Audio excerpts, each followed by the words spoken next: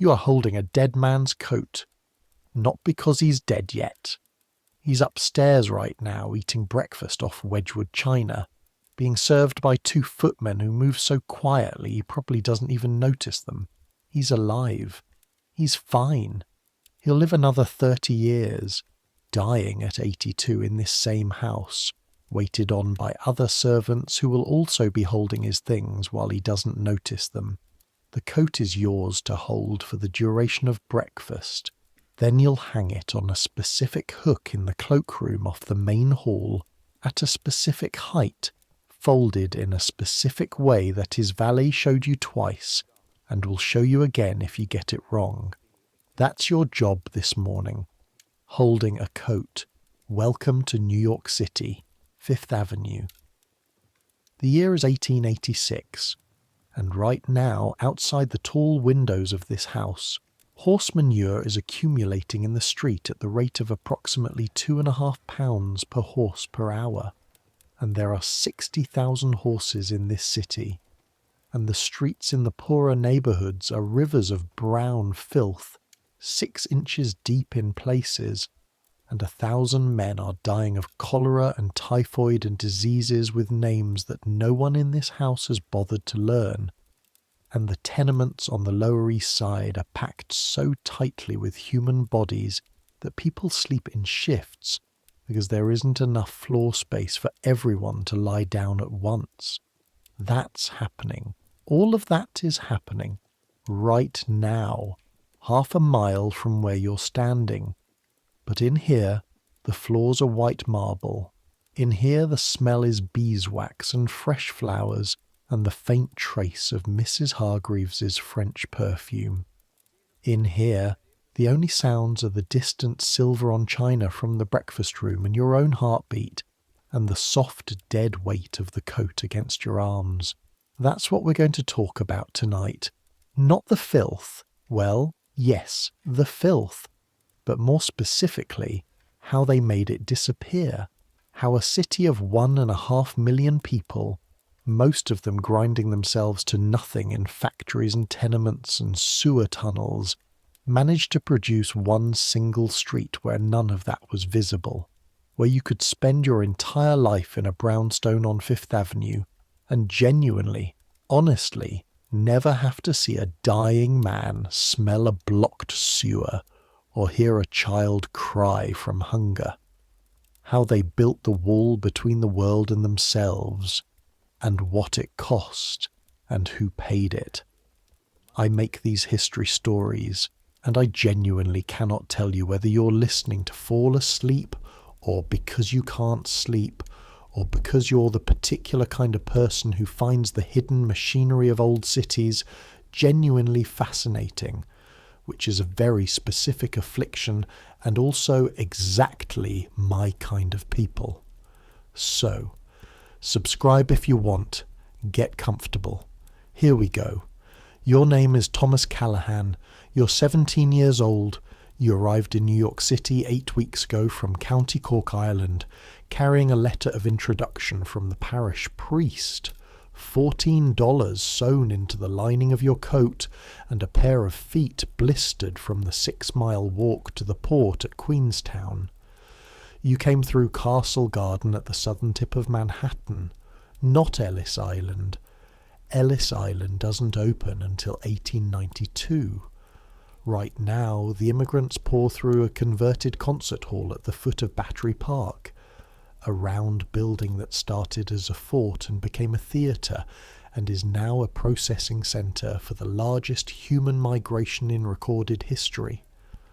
The smell when you walk through that door is something you still haven't found words for. 50 languages spoken at once, bodies pressed together after weeks at sea. The absolute specific desperation of people who have left everything and are betting that this new thing will be worth it. For some of them, it was. You were one of the lucky ones. Your mother's cousin Bridget had been in service in New York for 3 years before you came. She'd gotten a position as a kitchen maid in a house on 63rd Street, And when you wrote to say you were coming, she wrote back with precise instructions about how to travel from Castle Garden to her employer's address without getting robbed, lost, or swept up in one of the anti-Irish incidents that still occasionally flared in certain neighbourhoods. The instructions worked. You arrived. 2 weeks later, through Bridget's connections and a carefully worded letter from her employer, you had a position. Junior footman, Hargreaves household, 845th Avenue. The house is enormous. You've had 8 weeks to get used to it, and you're still not used to it. It runs 60 feet across the front, 4 stories plus the servants' quarters at the top, and the working floors in the basement. The stone facing is pale grey limestone, cleaned twice a year by men who come with special long-handled brushes and won't tell you what's in the cleaning solution. The windows are tall and arched. The ironwork on the front railings is painted the exact dark green that Mr. Hargreaves specified in a letter to the foundry in Philadelphia. There are 12 servants. 12. Back in County Cork, your entire village had perhaps 300 people. 12 servants, and no one in this household finds this remarkable. Your place in the hierarchy is fixed and specific, as precisely defined as the rungs of a ladder. At the top, Mr. Hargreaves himself.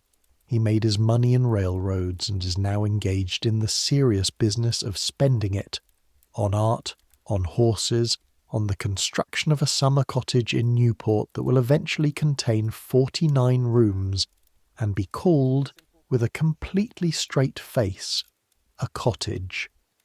Mrs. Hargreaves, who runs the household the way a general runs a campaign, quietly, with glances rather than orders, with the particular tightening around her mouth that means you've done something wrong before you've even registered what it was. Their 2 daughters, Miss Clara, who is 20, and Miss Louise, who is 16 and deeply uninterested in being 16. Then, Mr. Forsyth, the butler, who is English and manages to communicate this fact every single day without once explicitly mentioning it. Mrs. Brennan, the housekeeper, who is Irish and spends considerable energy ensuring no one holds this against her. The cook, the lady's maid, the parlour maid, the housemaids, the kitchen maid, and then you, Thomas Callahan, junior footman, 17 years old, holder of dead men's coats. The coat is getting heavy, not because it's heavy, it's a morning coat, lightweight charcoal wool. But you've been standing in the hall for 22 minutes by the long case clock on the wall, and your arms have begun to ache with the particular tiredness that comes from holding something still rather than moving it. Holding still uses muscles differently than motion does. You're learning this about service. The effort is often in the not doing, the waiting, the holding, the standing in place while someone else moves through the space you occupy. You shift your weight slightly, redistribute. From the breakfast room you can hear silver against china, the low-practiced voice of Mr. Forsyth managing the serving sequence, the almost inaudible footsteps of James, the first footman, moving between the sideboard and the table. James told you, very quietly last week, Forsyth invented coat duty. It isn't a real position in the household protocols. Forsyth creates tasks like this and assigns them to whoever needs a reminder of where they stand. You filed that information away carefully. In this house you file everything away. The marble floor is cold through your shoes. The hall isn't heated the way the breakfast room is heated. The hall is transitional space, for arriving and departing, not for lingering. Only servants linger in the hall. Through the front windows, Fifth Avenue comes to you in sound rather than sight. The steady clop of horses, the grinding of iron wheels on granite paving blocks, somewhere the whistle of the police officer who patrols this specific stretch of the avenue. Fifth Avenue has an officer specifically assigned to it at all hours, one of the better paid beats in the city, because the people who live here, from roughly 50th Street to 96th Street, are among the wealthiest humans on earth, and they have a particular understanding of what public order should look like. The officer's job, broadly speaking, is to ensure that certain kinds of people do not linger on Fifth Avenue. You've seen him work. 3 days ago, from the basement window, you watched Officer Donahue approach a man in a torn coat who'd stopped to rest against the iron railing in front of the house. The man wasn't begging, wasn't causing disturbance. He was resting, his feet wrapped in burlap, his face the grey-white of someone who hadn't eaten since the previous morning. He was simply leaning briefly against a railing. Donahue said something. The man answered in what sounded like Polish or Russian. Donahue put a hand on his shoulder. The man shook it off. Then Donahue hit him, open palm hard across the shoulder, sending the man stumbling toward the curb. The man caught himself, looked back once, moved on. From behind the basement bars, watching, you had the clear, distinct feeling of seeing something true about this city, something they don't tell you at Castle Garden. The clock strikes 9. From the breakfast room, chairs on parquet, the murmur of instructions, James's measured footsteps approaching the door. You straighten your spine, position the coat. The door opens. Mr. Hargreaves appears. He's a large man, not fat exactly, but substantial in the way of men who were once physical and have since expanded to prosperity. 62 years old, thick grey moustaches, hands built for gripping things. He made his money young, working the railroad lines out of Chicago in the years after the war. He doesn't work that way anymore. Now he works by being present at the right meetings, which is a different kind of work and one his hands are less suited to. He sees the coat, sees you, takes it without looking at you directly, shrugs into it with the reflexive ease of a man who has been helped into coats his entire adult life and expects it to continue indefinitely. "Callahan!" "Sir." My cane is in the stand by the door. You retrieve it. He takes it. He goes out. The front door closes. His footsteps on the marble steps diminish into Fifth Avenue. That is the interaction. That is this morning's contribution to the Hargreaves household. You stand in the empty hall. The clock ticks. Below, the house begins its real work. The basement is the actual house. This is the thing about service in a grand mansion that you could not have understood from the outside. You imagine the rooms upstairs, the marble and the crystal and the wallpaper that costs more per roll than your family in Cork earns in 6 months, the fireplaces with their white marble surrounds, the paintings in gilt frames. What you actually live in is different. Down 2 flights of stairs from the main hall, through a door that's deliberately unremarkable, placed where it won't catch the eye of anyone who doesn't already know it's there, the house changes entirely. Ceilings drop from 14 feet to 8. The floors are stone, not marble or polished parquet. The smell is soap and coal smoke and boiling linen and the yeasty warmth of the kitchen, where Mrs. Dowd has been baking since 5:30 in the morning. This is where you eat, where you sit between duties, where the real coordination of the household happens, in conversations that the family upstairs never hears. Your actual sleeping room is at the top of the house, servants' quarters in the attic, a space about 12 feet by 10 shared with James and Patrick, the coachman's assistant. 3 beds, one window looking onto the alley behind the house. In winter, the cold comes through the walls with determination. In summer, the heat under the roof is not a temperature but a texture, something you move through rather than feel. But the basement is where you exist during daylight. You know its rhythms now. The morning rush of breakfast preparation winding down, Mrs. Dowd and her kitchen maid Ellen washing up with the speed of people who've done this 10,000 times. Luncheon preparation already beginning. The laundress Agnes in her separate room off the back corridor, deep in the work of washing household linen with a wringer and a series of wooden tubs she fills from the boiler. The smell of Agnes's work is specific and stays with you. Hot water and lye soap and the clean wet smell of cotton, and beneath that, faintly, the warmth that human bodies leave behind in fabric. Agnes works 6 days a week. She's 41 years old and has been doing this for 20 years. Her hands are the colour and texture of the lye soap itself. Red, cracked, roughened to something that doesn't resemble skin anymore. She wears a cloth around her head against the steam. She speaks only when spoken to, and then briefly. You asked her once how she managed it. The heat, the constant wet, the chemical smell that follows her everywhere. She looked at you with the expression of someone who has stopped finding questions interesting. It pays, she said. Consistent.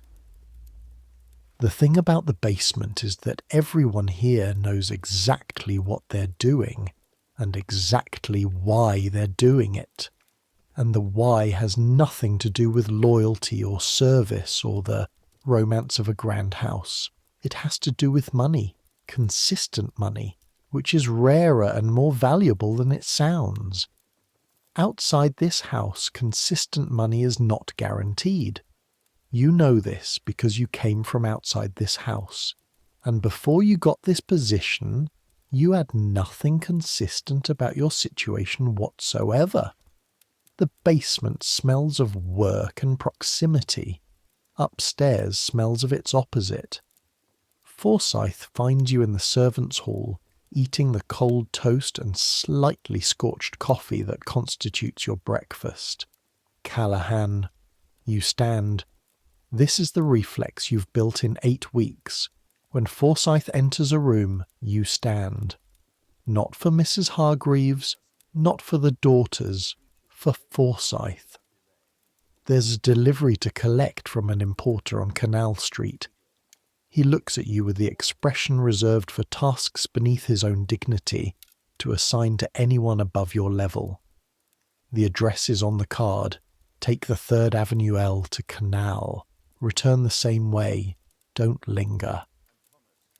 He hands you a calling card with an address and a folded receipt for 6 crates of French china, ordered 3 months ago, just arrived from Le Havre on a ship whose name is printed at the top of the receipt in ornate cursive. And Callahan, you're representing this household. Keep that in mind. You're wearing your livery. Dark blue wool jacket with brass buttons, waistcoat, white cravat. Hair parted and pomaded exactly as James demonstrated on your 2nd day. When you look in the small mirror in the servants' hall, like someone who belongs to people with money. You'll learn today that this matters more than you'd have predicted. The 3rd Avenue elevated railway runs on iron columns 25 feet above 3rd Avenue, and when the trains run, which is every few minutes, they make a sound like a bag of loose hardware dropped down a stairwell repeatedly without variation or apology. The station at 65th Street is a wooden platform reached by iron stairs from the street. You climb them and pay your 5 cents, same as everyone, which is one of the very few democratic features of this city, and wait on the platform. The platform smells of machine oil and coal smoke, and the sharp iron smell of heated metal, and a hint of something chemical underneath that you've never quite identified. The train arrives in a wave of sound and steam. You find a space near the window and hold the overhead strap as the city moves below you. This is where I need you to understand something. You've been working on Fifth Avenue for 8 weeks. In those 8 weeks, your world has been the Hargreaves Mansion, the immediate surrounding streets, Central Park once on your half-day off. Your mental map of New York City is small, clean, and rectangular. White marble, dark granite, gas lamps, clean glass. The L train goes downtown, and as you go downtown, New York changes. By 50th Street, the buildings flanking 3rd Avenue are already denser, their upper floors showing the signs of people who don't have access to the wide uptown avenues. Laundry lines strung between windows, faces appearing at glass, storefronts getting smaller and more practical, a cobbler, a pawn shop, a pharmacy with brown bottles in the window. By 40th Street, the crowds in the streets below are noticeably thicker. More motion, more noise even through the train's walls and the screech of the wheels. By 30th Street, you pass the train yards, and for a moment the view opens east to the river, and what occupies those river banks is not what occupies Fifth Avenue. Warehouses, wharves, the working skeleton of a port city, all iron and rope and the brown smell of commerce. By 20th Street, you're moving through the edges of the Tenderloin district. Saloon doors standing open, women in doorways, a man asleep on the sidewalk whom pedestrians route around without looking down. By 14th Street, the city is something else entirely. The buildings lean in from both sides and cut the sky to a thin strip. The L track runs directly past second-story windows, and if you look, which you can't help doing, you see families in single rooms, a woman nursing an infant while a child leans over her shoulder, bedding piled against one wall because there's nowhere else to put it, and then a child's face, close, almost within arm's reach through the glass, looking back at you from 2 feet away with an expression of complete blankness. Not sadness, not curiosity, simply the absence of surprise. The whole Lower East Side is like this. 150,000 people per square mile.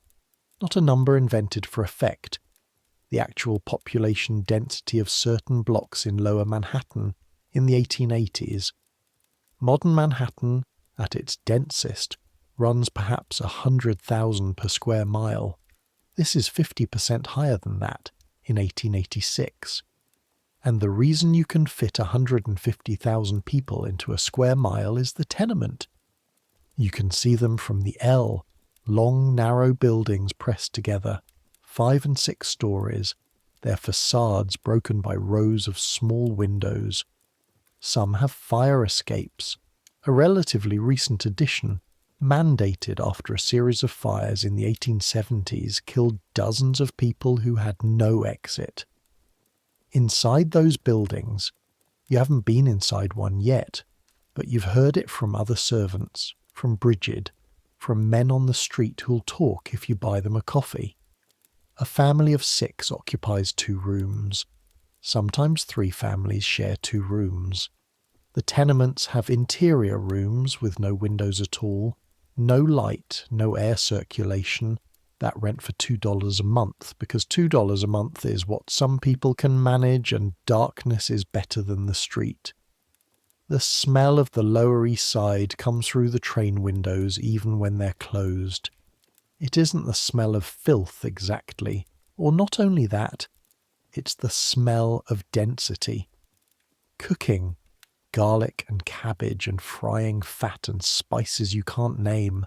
Bodies. The animal presence of too many humans in too small a space, each of them generating heat and smell and sound in a building that wasn't designed to accommodate them and has been doing it anyway for 30 years. It is absolutely, definitively not the smell of Fifth Avenue. It isn't supposed to be. Canal Street. You come down the L stairs onto one of the most crowded commercial streets in North America. There are no usable sidewalks. Or there are sidewalks technically, raised wooden platforms along the building faces, but they're entirely occupied by vendors. Fish in crates of ice, vegetables stacked in careful pyramids, bolts of fabric hanging from hooks in doorways, a man selling from bottles that might be medicine or might not, a woman at a brazier roasting corn, her face lit from below, orange in the morning, and in the street itself, the horses. Let me tell you about the horses. New York City in 1886 has approximately 60,000 horses. They provide essentially all the city's motive power. They pull the streetcars and the delivery wagons and the private carriages and the fire engines. They haul the coal that heats the buildings and the goods that fill the shops and the bodies of the dead to the cemetery. And they defecate. A working horse produces roughly 22 pounds of manure per day. 60,000 horses. You can do the arithmetic. The city has street sweepers, men with brooms and carts working before dawn, but the arithmetic doesn't favour them. In the nice neighbourhoods, the sweepers keep up with it. In the neighbourhoods without political connections, without wealthy residents to complain, the manure accumulates. It dries in summer to a powder that goes into the air and into your lungs. It liquefies in rain to a brown slick. In heat it generates a smell that is the primary olfactory memory of every person who lives through this era. On Canal Street the smell is immediate and total. Horse manure, horse urine. A working horse produces 5 to 7 gallons daily, and the cobblestone streets are not sealed. The urine soaks into the ground and the wood and the stone and becomes part of the neighbourhood's fundamental smell in a way that no photograph from this era can capture. Add to that the fish vendors, the cooking smells, the East River 2 blocks south at low tide, which smells like the interior of something that has been dead for some time. This is New York. This is the New York that exists half a mile from Fifth Avenue. The distance is the wall. The price of the address is the wall. The wall is real and effective and completely invisible, which is in its way the most impressive thing about it. The importer is a small man named Feldman, with a spectacular moustache and the distracted air of someone perpetually calculating. He looks at your livery, looks at the receipt, adjusts his assessment.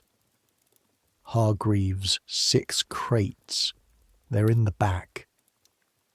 The back is a warehouse smelling of straw and wood shavings, and the faint ghost of a sea voyage, salt water and canvas, and the pressed-in cold of the North Atlantic crossing. 6 wooden crates, each about 3 feet square, marked with French shipping labels and the Hargreaves address in black stenciled letters. 6 crates of French china. How am I supposed to... You begin. You arranged a cart? You did not arrange a cart? Forsyth said, take the L to Canal. The L cannot accommodate 6 crates of china. You see this problem taking shape. I'll need to arrange delivery, you say, in what you hope sounds like the voice of someone who knows how to do that. Feldman looks at you. He's seen this before. He's seen 17-year-old errand boys from grand houses discover mid-task that their instructions were incomplete. Mulligan Brothers on Worth Street, he says. Delivery all over. It'll cost you... He names a figure. You check your coat pocket. Forsyth gave you a few dollars for incidentals. Not enough. Feldman sighs. The sigh of a man who's been in trade for 40 years and finds the organisational failures of the wealthy faintly amusing. Come back with authorisation from your employer, he says. The crates will be here. This is how you end up with 2 unexpectedly free hours in Lower Manhattan. You know you should go straight back. Get on the L, return uptown, inform Forsyth, wait for proper arrangements. You know this. But the city is right here, and you're 17 years old. And you haven't been this far downtown since you arrived. You have the time. You go south. Downtown New York, south and east of City Hall, is not the city the newspapers describe. The papers talk about Broadway and Wall Street and the parks and the church spires. The city of commerce and civilization and opportunity. That city's real. You've seen parts of it. But heading south on Center Street, another city appears. The Tombs is here. It's a strange name for a prison. The official name is the Manhattan Detention Complex, but everyone calls it the Tombs because the architect, John Haviland, designed it in 1838 to resemble an Egyptian mausoleum. Stone columns, massive walls, a building designed to communicate through architecture alone. This is where hope stops. In daylight, it looks less dramatic than that. Just a large, heavy, filthy building that needs its stone cleaned. The columns are present but buried in the general grime of 50 years of downtown soot. Outside the entrance, a group of people in street clothes talks to a guard. Family members, probably. People trying to get information about someone inside. You keep walking. You walk east toward the old Collect Pond neighborhood. The Collect Pond hasn't been a pond since 1813. It was filled in because it had become a cesspool. The neighborhood built over the filled-in pond is called the 5 Points, and this name has preceded it all the way to Cork. Your mother, when she learned you were going to New York, made you promise specifically not to go to the 5 Points. You think about that promise now. The streets narrow. Buildings crowd together, leaning toward each other as if for warmth, cutting the sky to a thin strip above, cross-hatched with laundry lines and the external pipes that run down the building faces because the buildings themselves don't have proper internal plumbing. Let me explain the plumbing. Most buildings in Manhattan in 1886 don't have the indoor plumbing you might imagine. Some of the grand uptown houses have been fitted with modern systems. The Hargreaves house draws water from the Croton Aqueduct Reservoir in Central Park, routed through pipes to the kitchen and bathrooms. This is genuine luxury. The rest of Manhattan uses outhouses, privy vaults. A vault is a brick-lined pit beneath an outhouse, and in a dense neighborhood, one vault serves 30 or 40 families. The vaults fill, they overflow. During heavy rain, they combine with street drainage. The cholera epidemics that have periodically devastated this city, 1832, 1849, 1866, each one killing thousands of people, have a primary cause that the sanitary reformers are still fighting to get the municipal government to formally acknowledge. The waste system poisons the water supply. The water that kills you comes from the same ground as the waste that contaminates it. In the 5 Points, the vaults overflow into the alleys where children play. You can smell it from half a block away. A boy appears at your left elbow.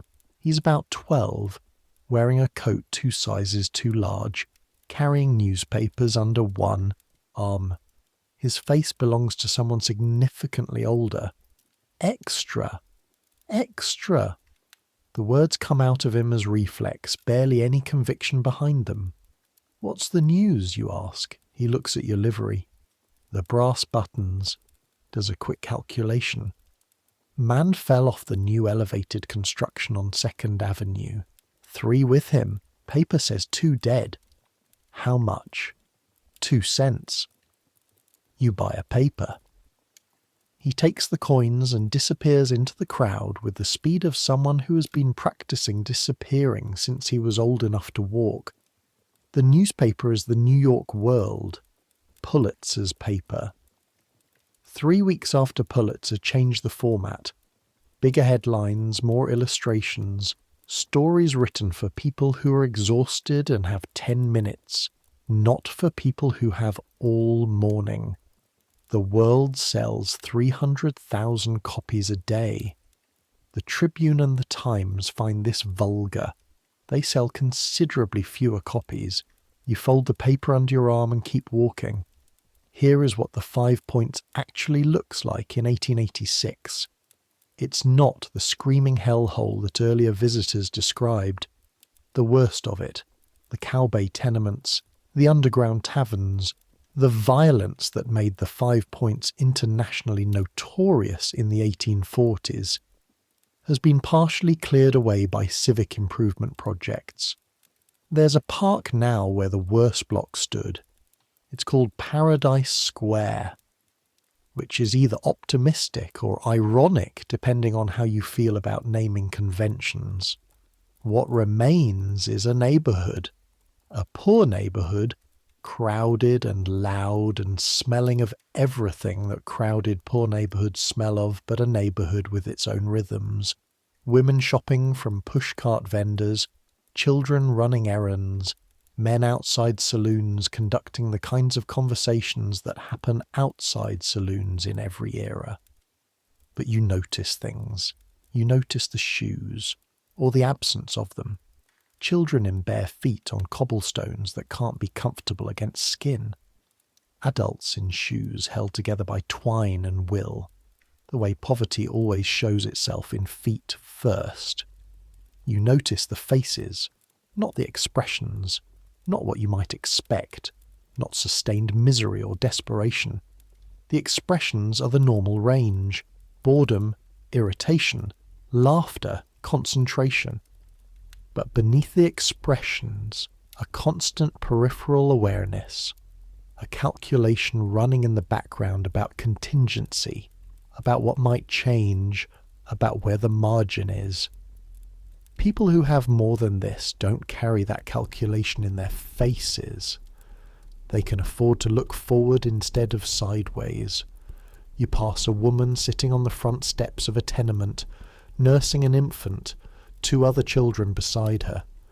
She's watching the street with the alert competence of someone managing many things simultaneously. She looks up when you pass. Her eyes do the quick assessment. Livery, brass buttons, not from here, probably harmless. And then she looks away. You're not relevant to her day. Just another element passing through the street. On Fifth Avenue, you're nearly invisible too, but in an opposite direction. There, you're below notice. Here, you're simply not relevant. Different kinds of invisibility. You're learning that this city has several varieties. You walk without destination, following streets that curve and dead-end and connect in the illogical way of lower Manhattan's oldest neighborhoods, laid out before the grid plan that governs the rest of the island. You end up on Mulberry Street. The smell on Mulberry Street changes. Garlic and tomatoes and cooking oil, a pleasant displacement from the blocks before. Children everywhere. The particular concentrated noise of a densely inhabited street where people live outside as much as inside, because inside is too small to contain even the basic functions of living. A group of men plays cards on a wooden table in the alley between 2 buildings. The cards slap the table in a steady rhythm like small applause given to no one in particular. One man looks up. He's maybe 40, black moustache, the unhurried look of someone who has nowhere specific to be today. Lost? Not quite a question. Exploring. He looks at your livery. Rich man's house uptown? Footman. He nods once. My cousin works a house on Madison. Says it's good money. It is, you say, compared to... You gesture at the street.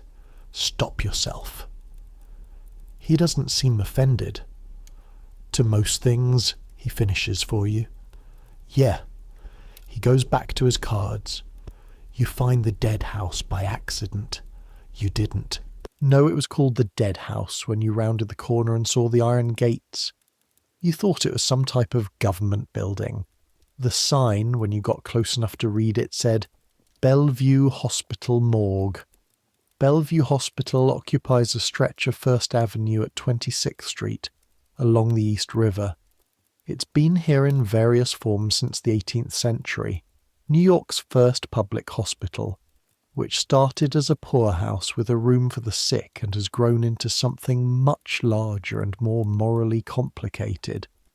The morgue is a separate brick structure on the hospital grounds, and in 1886 it is open to the public. This isn't a mistake or an oversight. The New York City morgue is open to the public by policy. The reason is practical.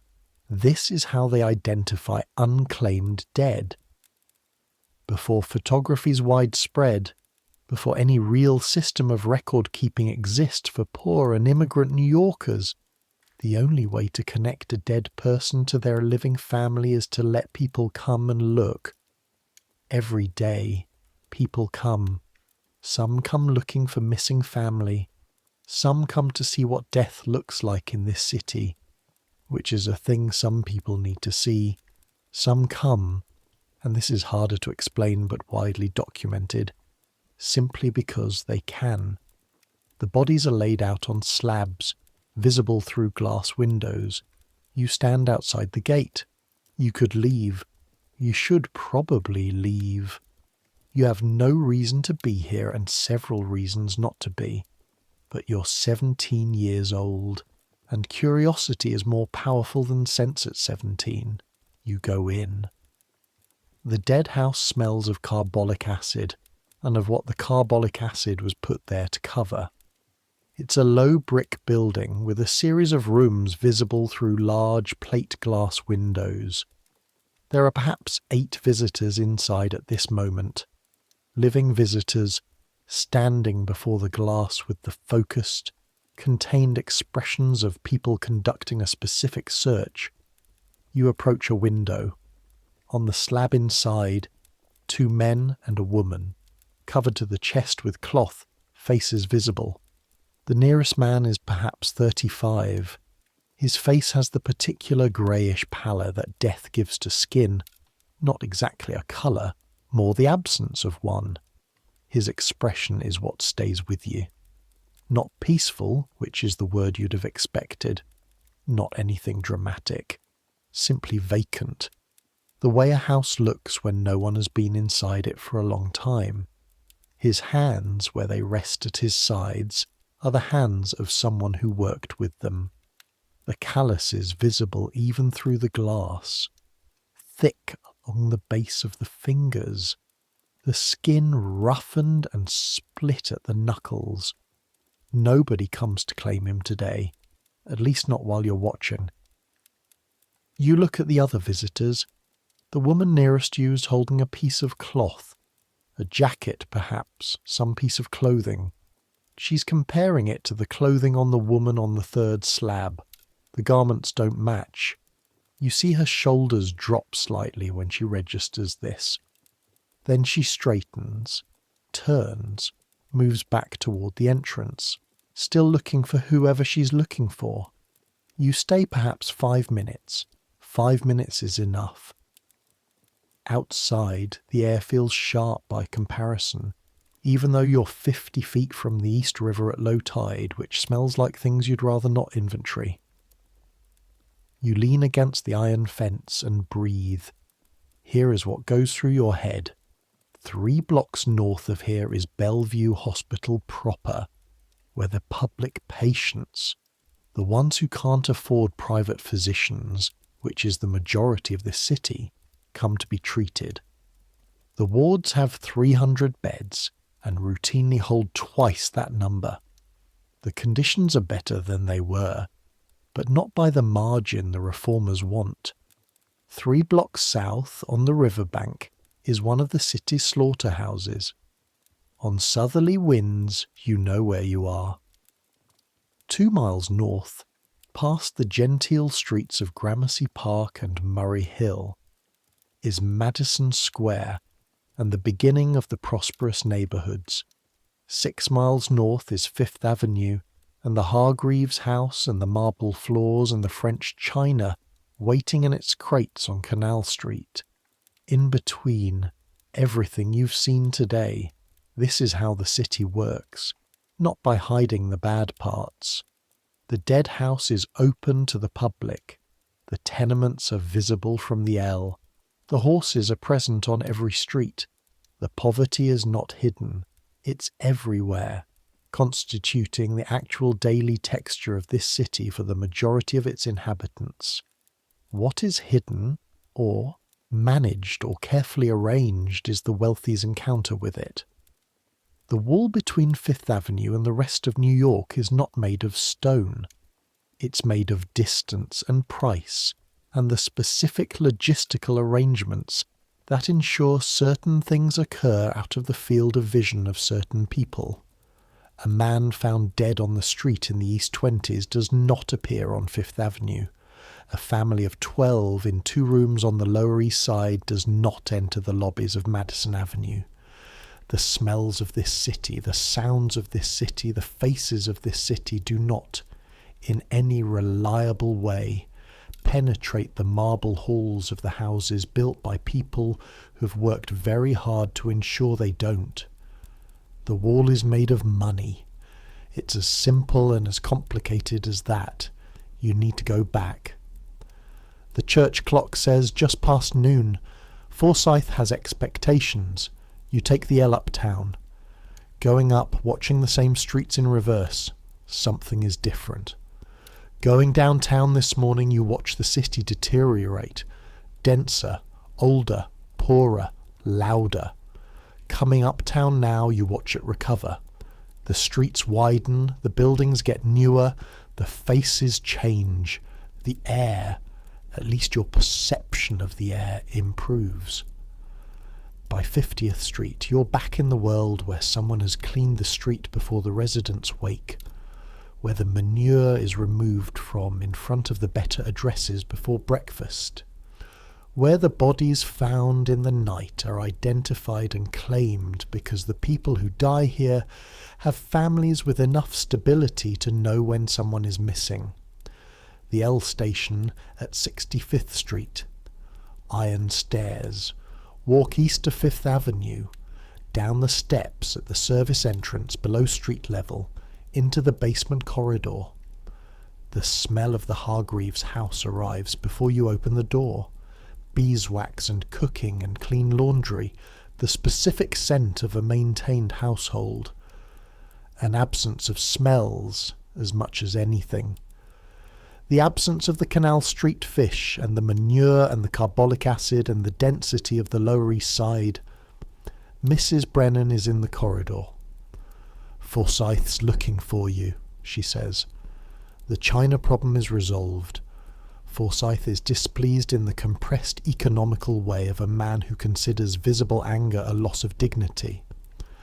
A cartage firm with a standing account is dispatched to collect the crates. The matter is handled. 4 hours, he says. The task was 2. There was a problem with the delivery arrangements. 4 hours for a 2-hour task. Yes, sir. He looks at you with the assessing look he uses when deciding how far to push. You went exploring, he says. Not a question. I had some free time while... You had time because you hadn't been sent to have time. That's different. He lets the distinction settle. This household operates on a schedule, Callahan. Every hour has an assignment. The time between assignments is not yours. It's time to be available for the next one. You think briefly about the woman at the dead house window with a piece of cloth still looking. Yes, sir, I understand. A pause. Forsyth is examining you with a different quality of attention now. What did you see? You blink. Downtown, he says. I know you went downtown. You've got the look. So you tell him. The L, the streets, canal, the 5 points. You don't mention the dead house. He listens without expression, the posture of someone who has heard this before, multiple times, possibly many times. Everybody sees it, he says when you finish. Everyone who comes from somewhere else. First time they go downtown, same look afterward. You don't have the sentence to complete that. Yes, Forsyth says. It is. He turns back to the silver he's been polishing, a long flat motion down the length of a serving spoon. Get changed. The luncheon begins at 1. The luncheon is for 6 people. This is what 6 people require for luncheon in the Hargreaves household, 1886. 3 courses. Soup, then fish, then the main. A separate cheese service after. Fruit. Coffee in the drawing room afterward. For the soup, a clear consommé, made this morning from a stock Mrs. Dowd started at 5.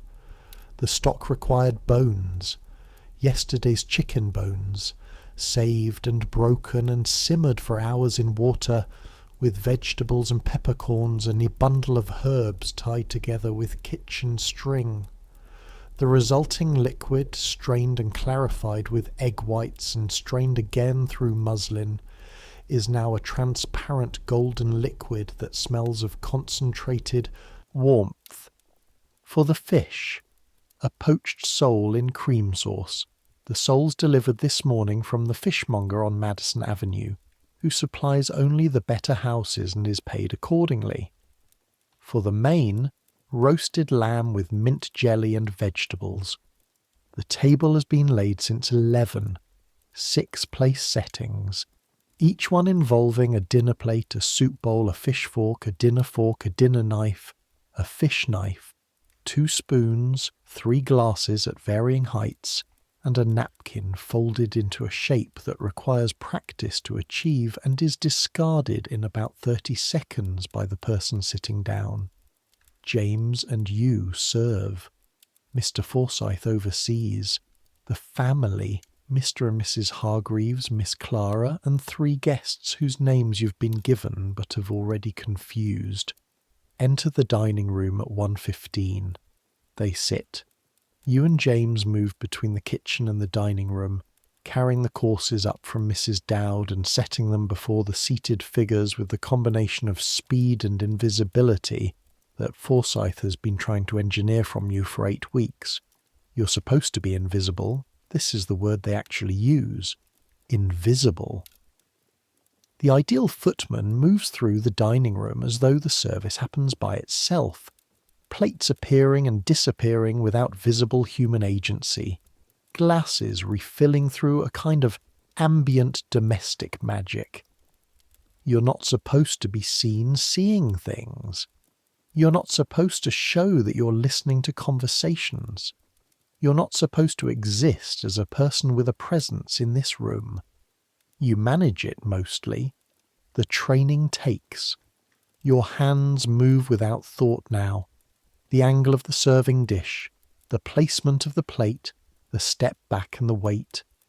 Your face holds the expression of a man who is present in body and absent in everything else. While being invisible, you hear. The luncheon guests are discussing a neighbourhood matter.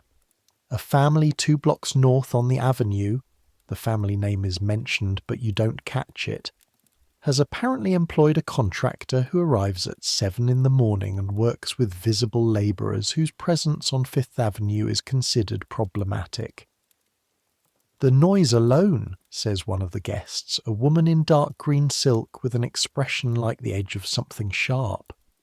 And the men themselves, says another guest. I passed 3 of them on the street yesterday. 3, standing there. The city should have provisions, says the first woman.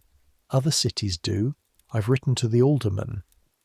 Mr. Hargreaves, who has been eating his soul in silence, says, the alderman will do nothing. The alderman is owned by the construction companies. A brief respectful silence acknowledges this truth.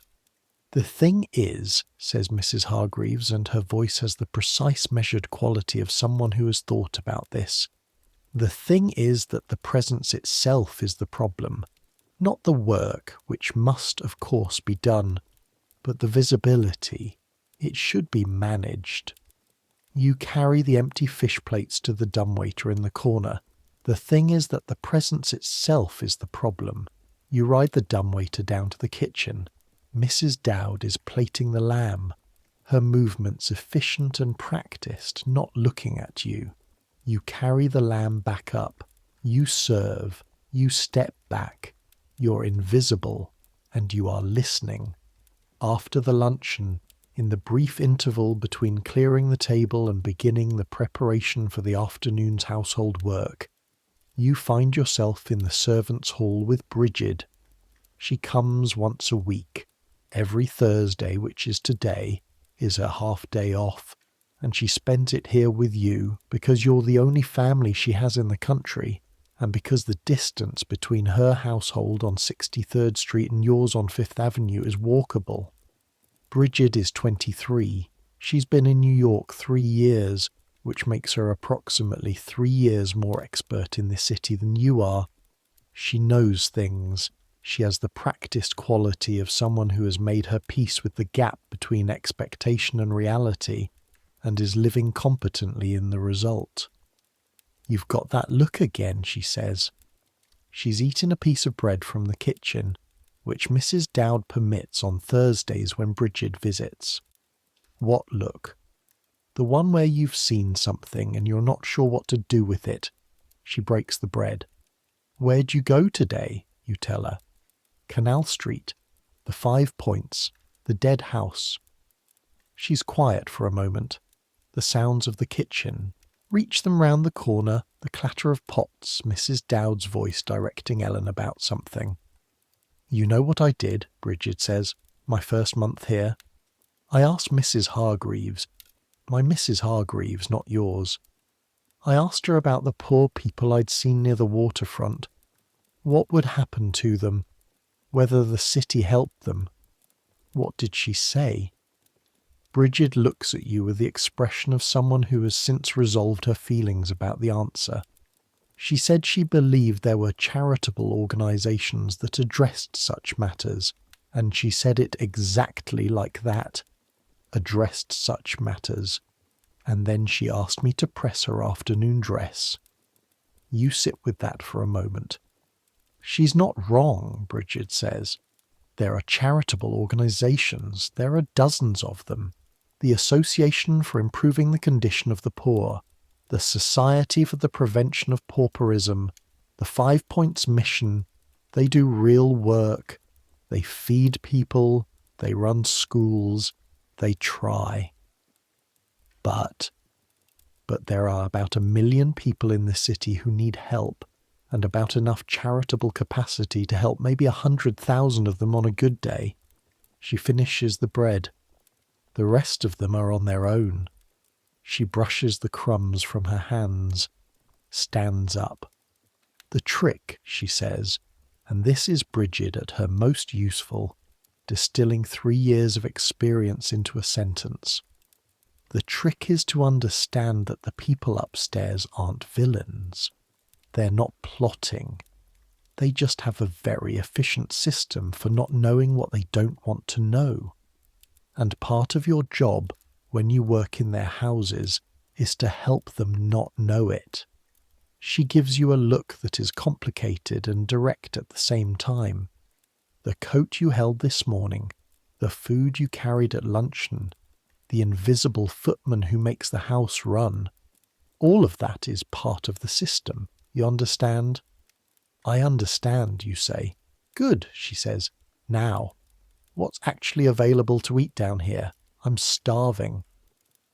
3 weeks later, on a Sunday afternoon. Sundays are different.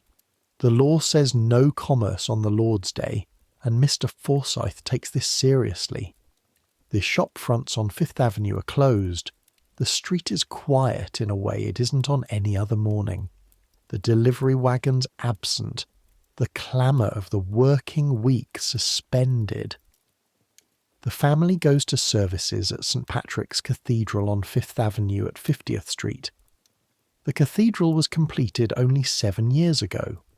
1879, and it's still the largest Gothic building in North America.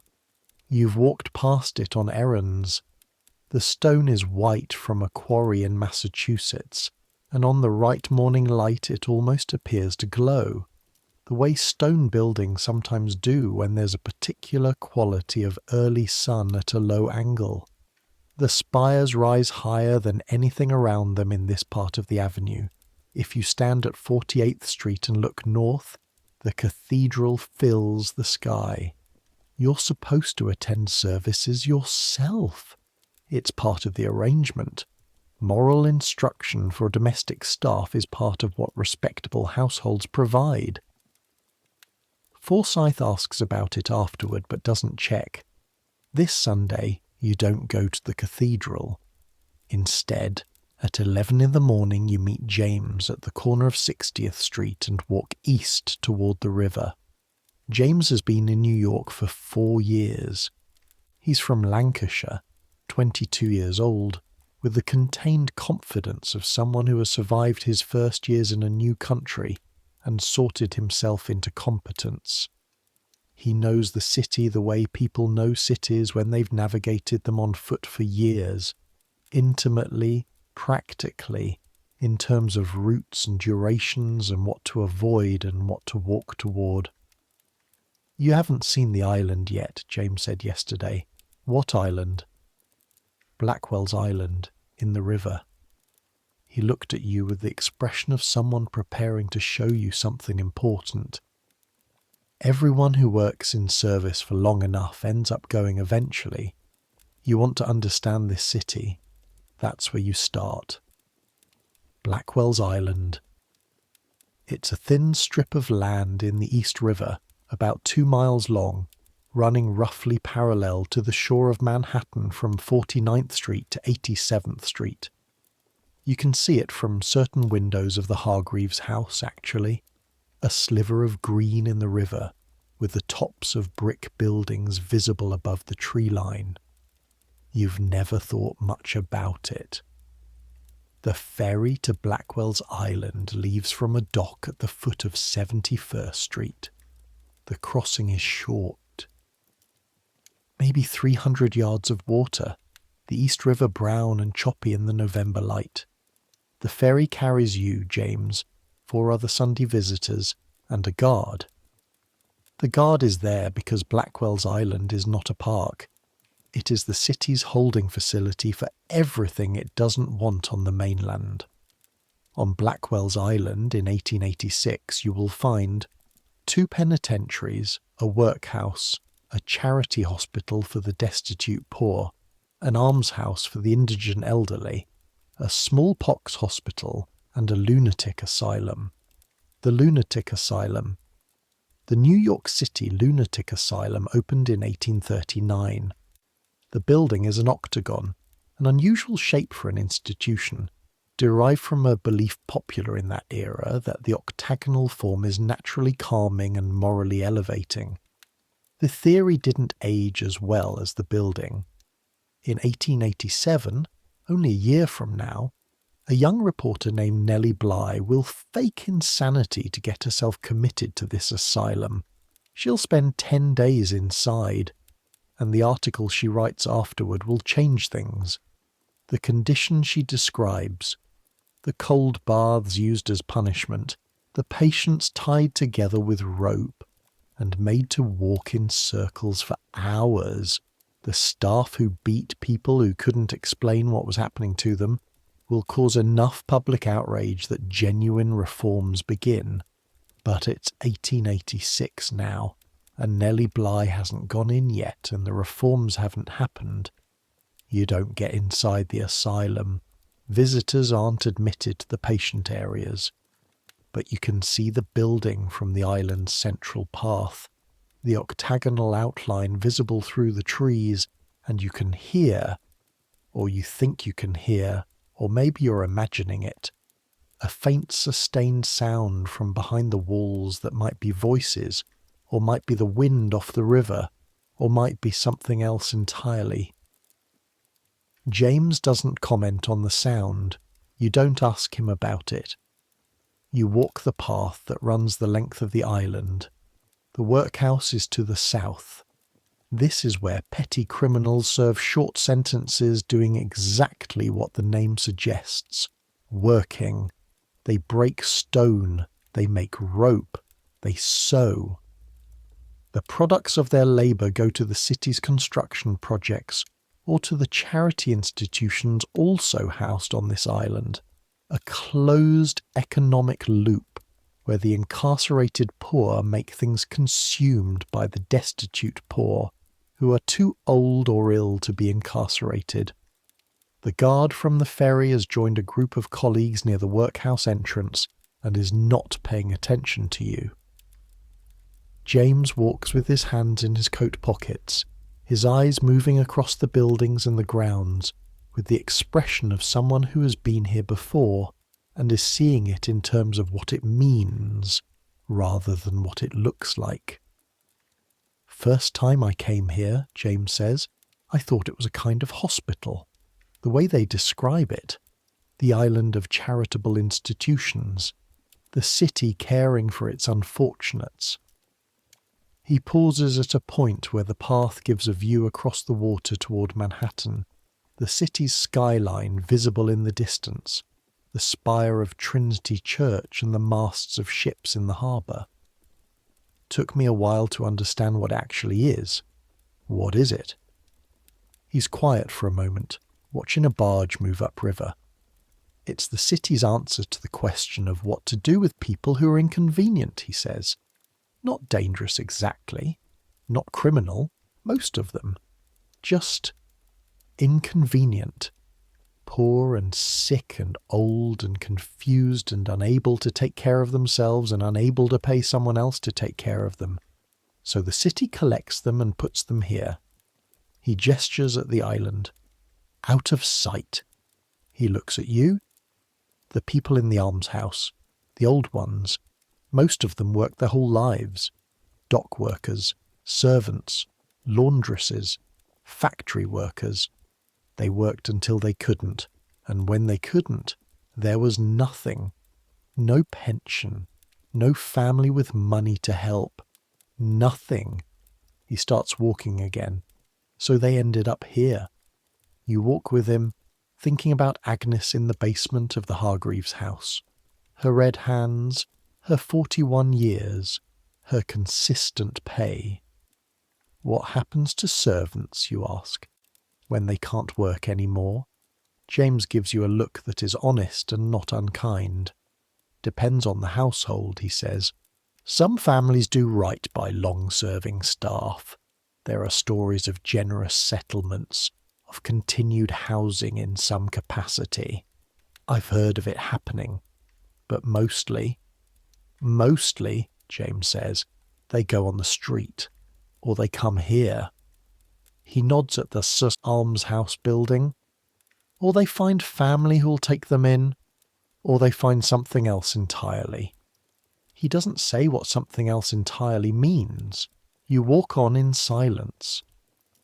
On the ferry back, watching Manhattan reassemble itself across the dark water, you think about the mechanics of invisibility. The island is 300 yards from Manhattan, close enough that you can read the names on the buildings from the Manhattan shore on a clear day. Close enough that you can hear, when the wind is right, sounds from the workhouse yard. Close enough that it shouldn't feel as separate as it does, but it does feel separate. The ferry crossing makes it so.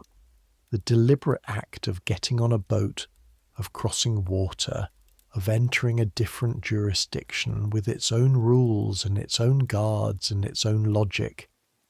The river makes the separation official. The river makes it feel natural.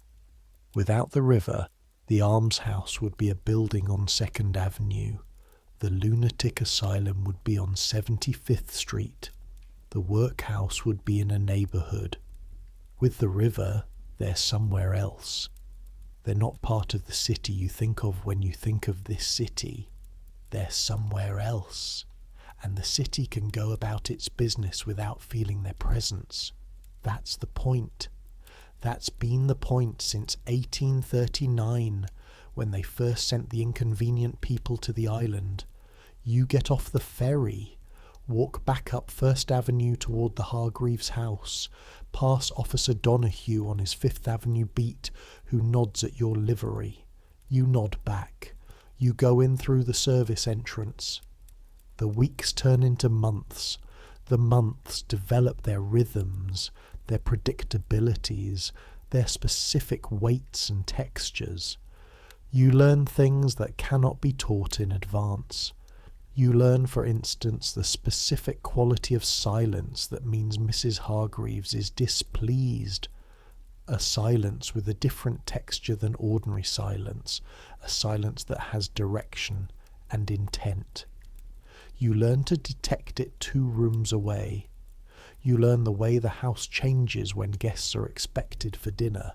Not the visible changes, not the extra flowers and the formal table settings, but the atmospheric change, the heightening of invisible tension that runs through the basement staff hours before the guests arrive.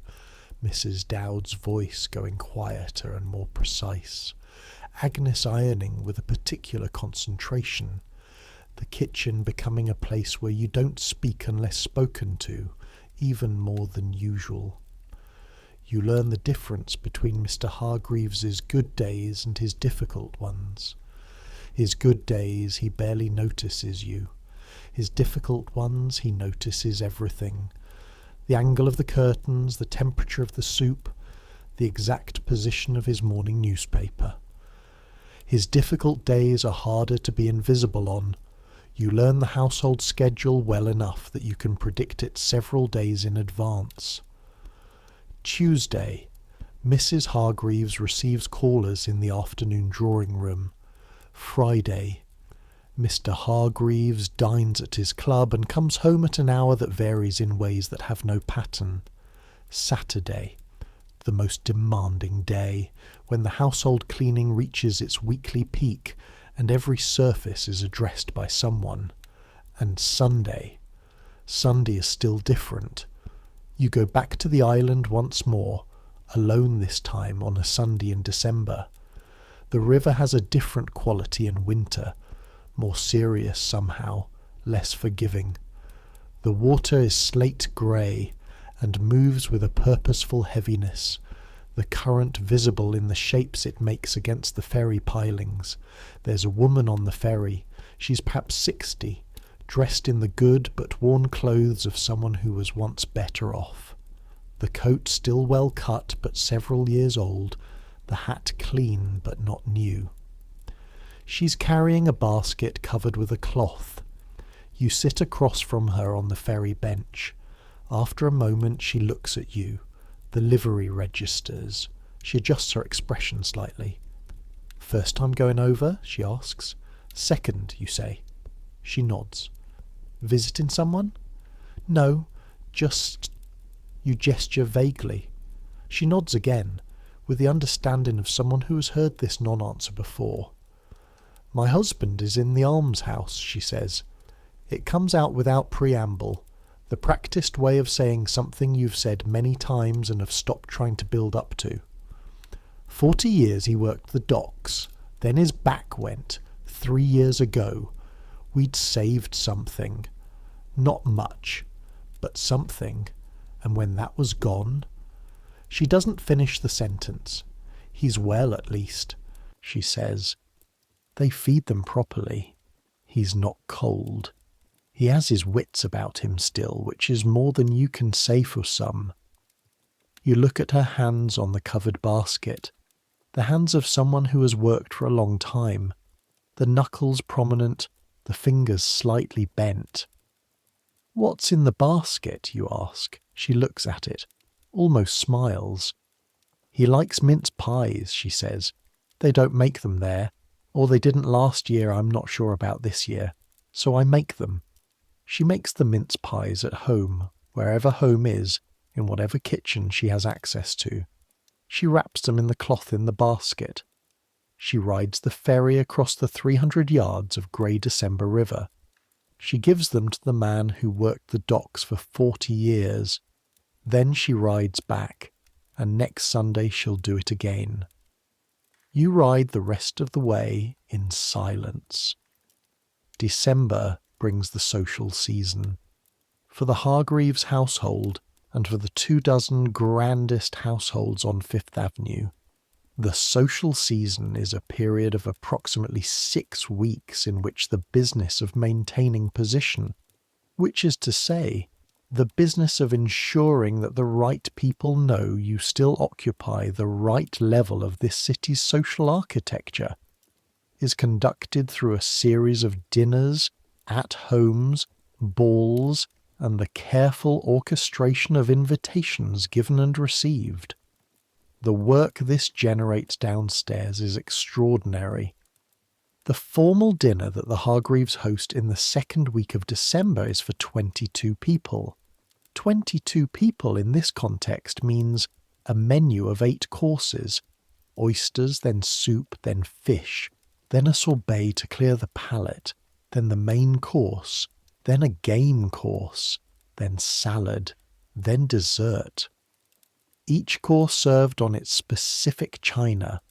The oysters on the new French china that you collected from Canal Street, now finally in use, each piece as thin as paper, hand-painted with a border of pale green and gold that Mrs. Hargreaves spent 3 weeks selecting from Feldman's sample book.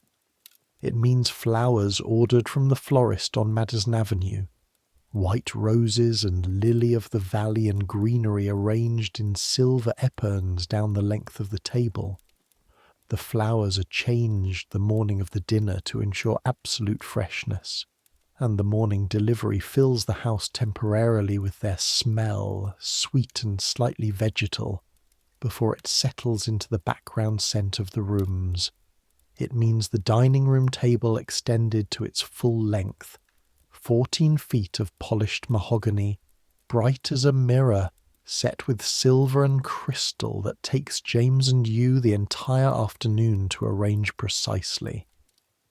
The silver alone, the flat pieces, the serving pieces, the candelabra, has been cleaned over the previous 3 days in the pantry piece by piece, using the silver polish and the soft cloths and the specific rubbing motion that Forsyth demonstrated on your first week and which you have since internalized as completely as your own heartbeat.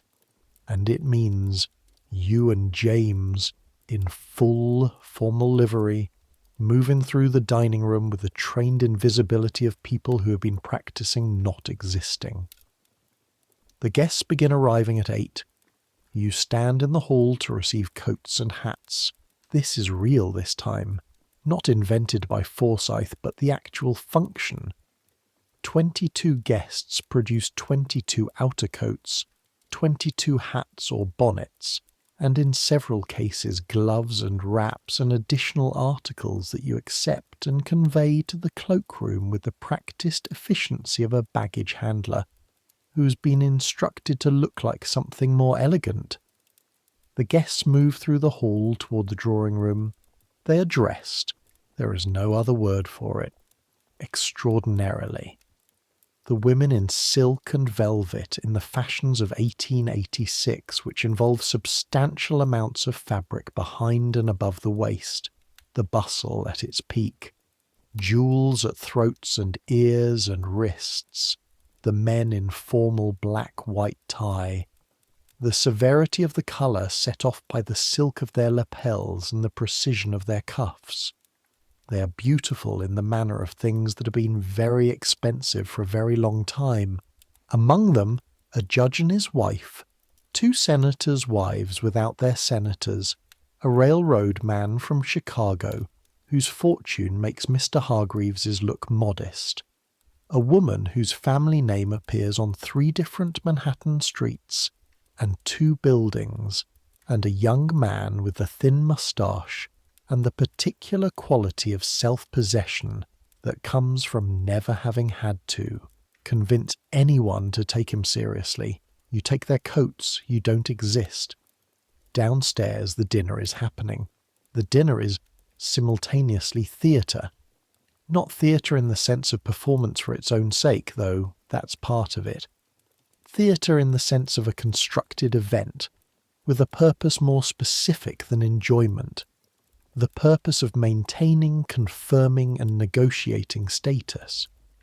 The seating arrangement alone, who sits where, who is placed beside whom, which conversation is enabled and which is prevented, has been planned by Mrs. Hargreaves over several days, with a care that rivals the attention given to the menu. Position in this city is not inherited in the way it would be in England. It's constructed and maintained and constantly renegotiated. You can lose it. The people in this room know you can lose it. Every decision, who you associate with, where you're seen, what you say and how you say it and to whom, is a decision about whether your position holds.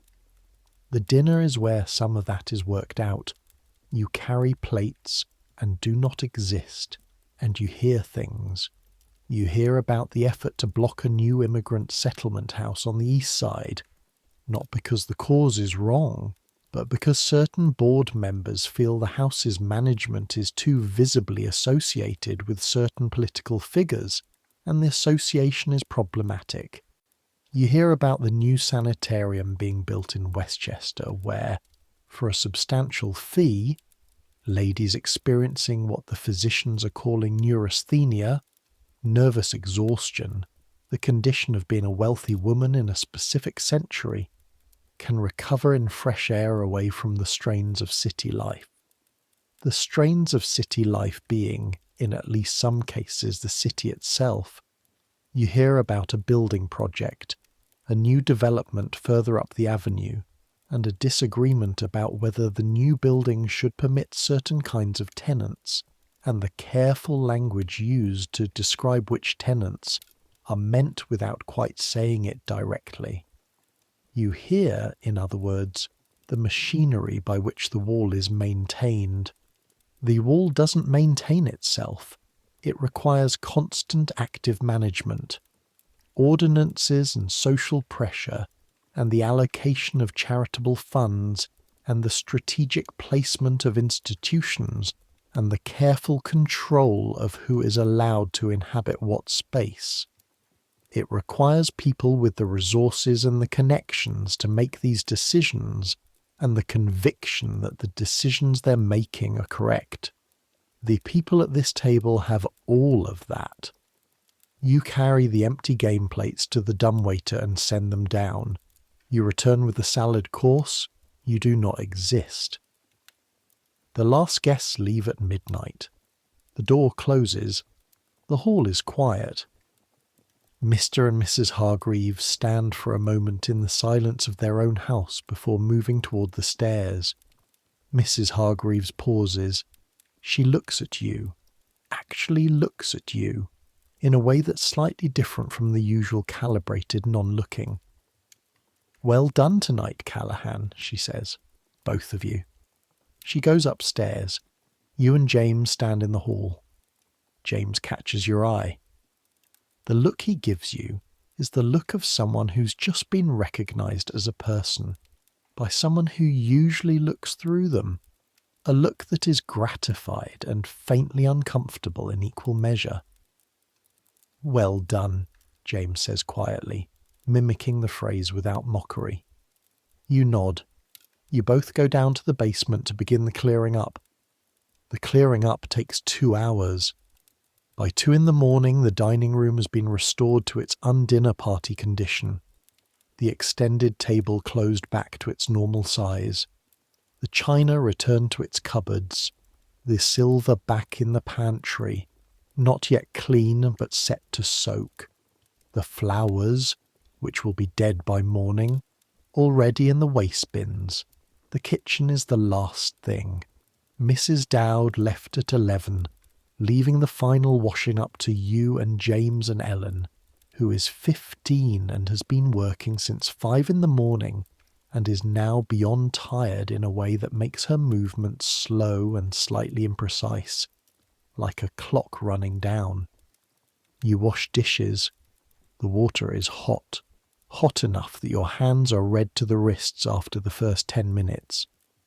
The grease in the bottom of the serving dishes, the sauce residue on the plates, the wine glass rims with their lip-shaped marks, all of it dissolving into the soapy water and being replaced by the next item from the stack beside you.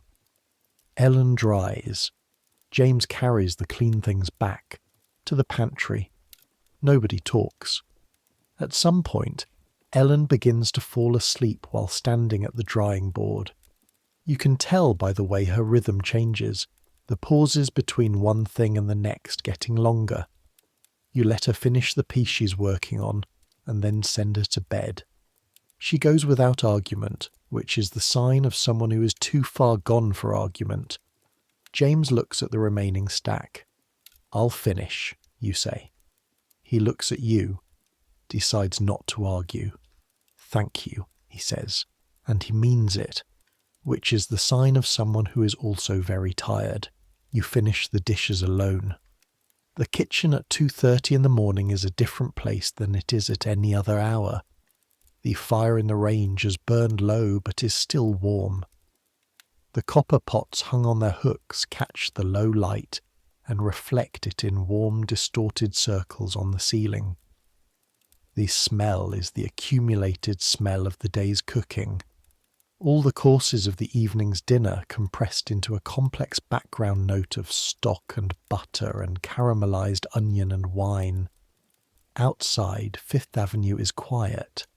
Absolutely quiet for the first time all day. You dry your hands on the kitchen cloth.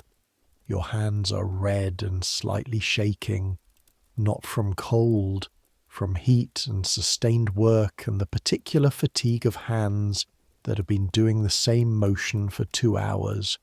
You sit on the kitchen stool for a moment. This is what you're thinking about.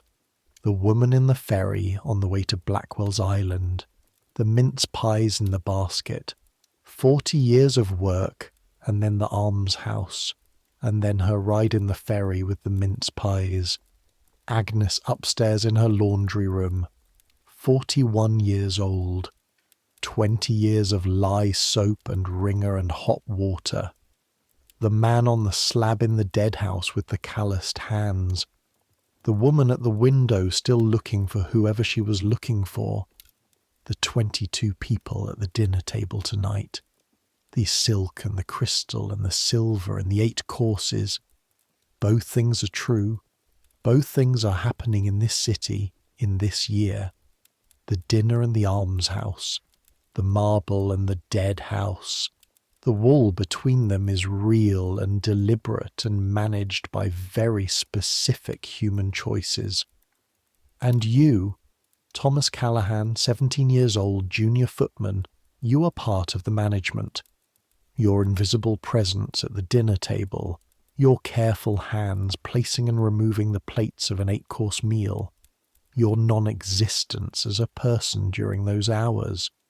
You are part of the mechanism that makes the wall hold. You're not sure what to do with that knowledge. You don't think there's anything to do with it, actually. Not at 17. Not at this point in your life. In this job. In this city. But you're going to carry it with you. You can feel already that it's the kind of knowledge you'll carry. Spring comes. The smell of New York in spring is horse manure thawing. This is not a poetic exaggeration. Winter compresses the manure into a kind of frost-hardened compound in the streets, and when it thaws in March, the release is total and aromatic, and every person in this city experiences it simultaneously. The better neighborhoods get their streets cleaned faster. The worst neighborhoods wait. But underneath the thaw, something else. The particular smell of a city coming back to life. The vegetable sellers returning with green things instead of root vegetables. The sounds on the street changing pitch. More voices, higher register. The sounds of people who've been inside all winter now outside again and louder. The Hargreaves house changes with the season. The heavy winter drapes come down and are replaced with lighter ones. The carpets are taken out for beating and come back smelling of something that might be chemical, but also might just be spring air. The fireplaces need less tending. Your hands, which have been split at the knuckles since November, from the cold, from the cleaning solutions, from the constant contact with formal silverware and china and cold metal surfaces, begin to heal. Spring in New York is the closest the city gets to a restart. Everyone is starting over a little. Even on Fifth Avenue, on a Saturday in April, Mr. Hargreaves sends you uptown. Not uptown on the avenue, uptown in the newer, less settled sense, toward the top of Manhattan where the residential development is still sparse and the land has not yet been entirely committed to buildings. He has an errand at a business establishment near 90th Street, and James is occupied with the household and you are available. You take the L. By now you know the L the way you know the house. Not just where it goes, but how it feels, the rhythm of the stops, the specific views from specific positions in the car. You take it north this time, not south. North. The city changes differently. At 72nd Street the buildings start to thin. The avenue has the tentative quality of a street that knows what it wants to become, but hasn't fully committed yet. Here a grand brownstone, next to it a vacant lot, next to that another brownstone in progress, scaffolding up. The smell of fresh mortar in the air when the wind comes from the right direction. By 8010th Street, there are stretches where you can see open sky from the avenue. Not the narrow strip above the crowded downtown streets, but real sky, with clouds moving across it in the particular way of April, fast and purposeful. At 86th Street, the L station deposits you onto a street that feels like the edge of something. To the east, the newer residential block still being built. To the west, Central Park. You've been to Central Park exactly twice since you arrived. Once with James on a half day, once alone on a Sunday. But you haven't come in from this entrance, and you haven't seen this part of the park, and you have 45 minutes before you need to be at the address Mr. Hargreaves gave you. You go into the park, Central Park, in April. This requires a pause. Not in your walking. Keep walking. The paths here will take you where you need to go. But a pause in the explanation, because Central Park in 1886 is not the thing it will become in your memory or in history. It's not a beloved urban green space taken for granted by successive generations of New Yorkers. It's brand new. It was designed by Frederick Law Olmsted and Calvert Vaux, and the final sections were only completed a decade ago. The landscaping, the deliberately naturalistic design, the artificial hills and artificial lakes and artificial meadows that are meant to look completely unartificial, is still young enough that the planting hasn't yet grown to full height. The trees are smaller than they'll be. The meadows are less established. The whole thing has the slightly self-conscious quality of something that is being deliberately beautiful, rather than simply being beautiful. But it works. The path you're on winds through a section of the park where the April trees are just coming into leaf. Not the full canopy of summer, but the particular luminous green of leaves in their first days, translucent in the morning sun, the branches still visible through the new growth. The light through this kind of green is specific. It's the light of something becoming rather than something finished. A robin lands on the path ahead of you. You stop. The robin looks at you, apparently decides you're not worth worrying about, goes back to listening to the ground.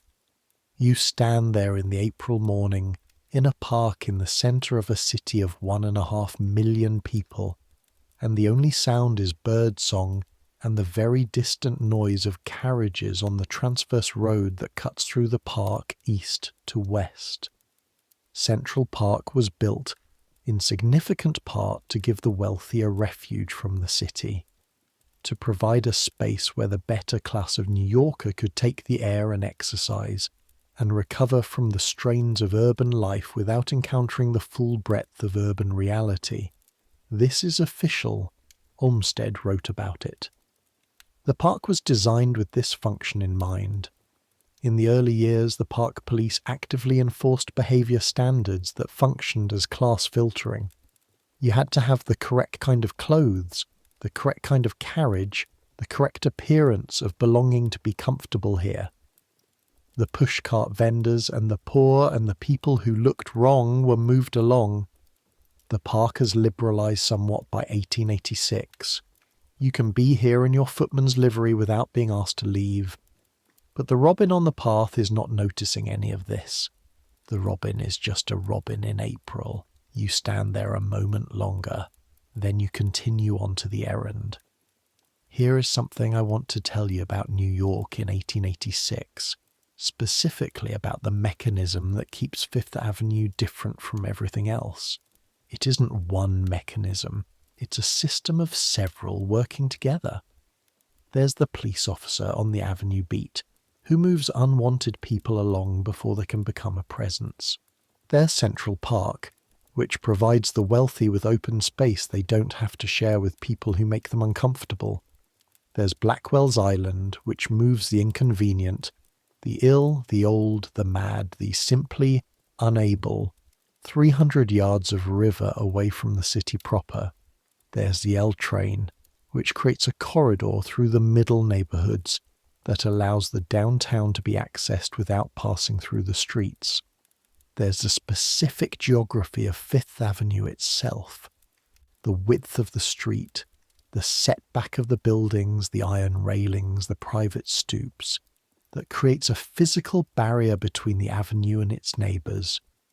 There's the servant class, you, the 12 people in the Hargreaves basement, the 16 in the house on 63rd Street where Bridget works, the hundreds of thousands of domestic workers in this city who are hired specifically to perform the maintenance of life in a way that is invisible to the people being maintained. The coats held, the dishes washed, the floors polished before anyone gets up, the waste removed before anyone notices it existed. The servant class is itself part of the mechanism. You absorb the reality of what it takes to maintain a life of this quality so that the people living that life don't have to. There's the charitable organisation system, which provides a buffer of apparent conscience. The wealthy donate to the Association for Improving the Condition of the Poor, which allows them to feel that the condition of the poor is being addressed, which is different from the condition of the poor actually being addressed, but the feeling is real, and it serves a function. There's the newspaper, or rather, the choice of newspapers. The Times and the Tribune, which the Hargreaves household receives, do not write about the dead house or the overflowing privy vaults or the specific conditions of the Blackwell's Island almshouse with any regularity. The World, which you bought from the newsboy on Mulberry Street, does. The choice of newspaper is a choice of what city you live in. And underneath all of this, deeper than all of it, the money itself. The price of the address on Fifth Avenue is not just the price of the house, it's the price of all of these mechanisms working in your favour. It's the price of the police officer's beat, and the park's upkeep, and the ferry to the island, and the servants' wages. It's the price of being in this city on the right side of the wall. That price is very high. And it is paid ultimately not by the people inside the wall. Autumn. Your first full year in New York is ending, and the year has a different texture at its close than it had at its beginning. You're not the same person who stood in the hall holding the dead man's coat on that cold October morning. You are. You can feel this even if you can't fully articulate it. Tougher in some ways and more careful in others. You move through the city the way you move through the house, with efficiency and a constant peripheral attention, watching for what's about to be required of you before it's asked. You know things. You know which streets in Lower Manhattan to avoid in the evening. You know how to ride the L without looking like you're riding the L for the first time. You know the specific vocabulary of the serving class, the shorthand, the encoded observations, the way information moves through the basement of a grand house faster and more accurately than it moves through the rooms upstairs. You know James's patience and Forsyth's exacting standards, and Mrs. Dowd's quiet authority in her kitchen, and Agnes's wordless professionalism, and Bridget's 3-year expertise, and the particular look on Mrs. Hargreaves's face that means something has been noticed and will be addressed in due course. You know, too, the other things. The things you've seen downtown and on the island and on the ferry with the woman carrying the mince pies. You hold both cities in your head at once now. The city of the marble and the silver and the 8 courses, and the city of the tenements and the dead house and the 300 yards of river. You haven't found a way to resolve them. You're not sure resolution is the point. One morning in September, Forsyth stops you in the hall, not to assign a task or correct a failure. He simply stops and looks at you. You've done well this year, Callahan. You wait. Better than most. The luncheon service has improved. The evening work has been reliable. You handled the dinner in December without mistakes, which is more than some can claim at your stage. He's not a man who uses many words to say things. Thank you, sir. He nods, turns to go. Then, where do you think you'll be in 5 years? The question is unexpected enough that you answer honestly. I don't know, you say. I'd like to still be in service, a better position eventually, maybe head footman, maybe something else. He looks at you. The something else is worth thinking about, he says.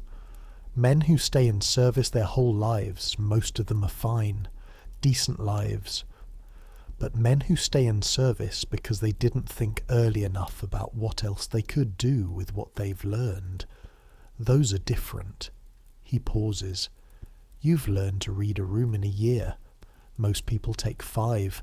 That's not a skill only useful in someone else's dining room. He goes back to whatever he was doing. You stand in the hall for a moment, then you go back to work. November again. It's 1 year since you arrived. You're 18 years old. The city has been inside you for a year now. Its sounds, its smells, its specific texture. You know it the way you know a language you didn't grow up speaking but have been immersed in long enough that you no longer have to translate. The smell of the L platform, the sound of Fifth Avenue at 3 a.m, which is not silence but a different kind of noise, the feeling of cold marble under your feet in the unheated hall at 7 a.m, the weight of a serving dish carried at the correct angle through a doorway in formal livery, the particular satisfaction of a perfectly laid table, the symmetry of crystal and silver, the geometry of the place settings, the flowers at exactly the right height. You've earned these things, not in the way the people upstairs earn things, just not with money, not with position, but with time and attention and the specific labour of learning how to disappear. The city around you is still what it is, 50,000 horses, the tenements packed with human density that presses against the limits of what human bodies can endure. The dead house open to the public, The ferry running to Blackwell's Island 300 yards away in the river. The men who will, over the next decade, begin to change some of this. The sanitary reformers, the tenement inspectors, the journalists who will take cameras into the dark places. Those men are in this city right now, at this moment, doing their early work. In 10 years, Colonel George Waring will take over the sanitation department and put the street cleaners in white uniforms and actually begin to solve the horse manure problem. Jacob Rees is in the tenements with his notebook right now. Nellie Bly is about to commit herself to the asylum on the island to write the article that starts the reform. Change is coming, slowly, imperfectly. With the grinding reluctance that attaches to all changes involving money and power and the preferences of people who have both. But it's coming. You don't know any of this yet. You only know your year. You know that the city is 2 cities, separated by distance and price and the specific human choices that maintain the gap. You know that you live on both sides of the gap in your way, sleeping in the attic of the marble house, walking downtown on your errands, riding the ferry to the island on Sundays. You know that the woman on the ferry still brings the mince pies. You saw her last month on your 3rd trip to the island. She nodded at you. You nodded back. She was carrying a different basket, but the cloth over it was the same. You know that some things hold. Evening in the attic room. The sounds of the city come up through the walls, not muffled, not eliminated, just transformed by the distance and the intervening stories into something more abstract. The rhythm of Fifth Avenue at night, the sound of existence. Your hands in the last light from the window are different than they were a year ago, cleaner in a way. The specific ingrained grime of outdoor labour replaced by the different marks of indoor work. The pressure calluses from the serving positions, the slight roughness at the fingertips from handling silver and china and fabric through hundreds of repetitions. James is already asleep. His breathing is even and regular, the breathing of someone who has resolved his day and released it. The new boy, your new roommate, arrived 2 months ago from Tipperary, name of Sean, 14 years old and terrified of everything, is lying awake. You can tell by the quality of his stillness, the calculated stillness of someone pretending to be asleep. You know that stillness. You inhabited it exactly a year ago. It gets easier, you say quietly. Silence. Then barely audible. Does it? Yes, you say. Give it time. You'll know the streets. You'll know the people. The city will stop feeling like it's trying to swallow you. Another silence. How long? He asks. You think about it. The honest answer. 6 months, you say. Before it feels manageable. A year before it feels like home. He's quiet for a moment, processing this. What if I don't want it to feel like home? You think about that too.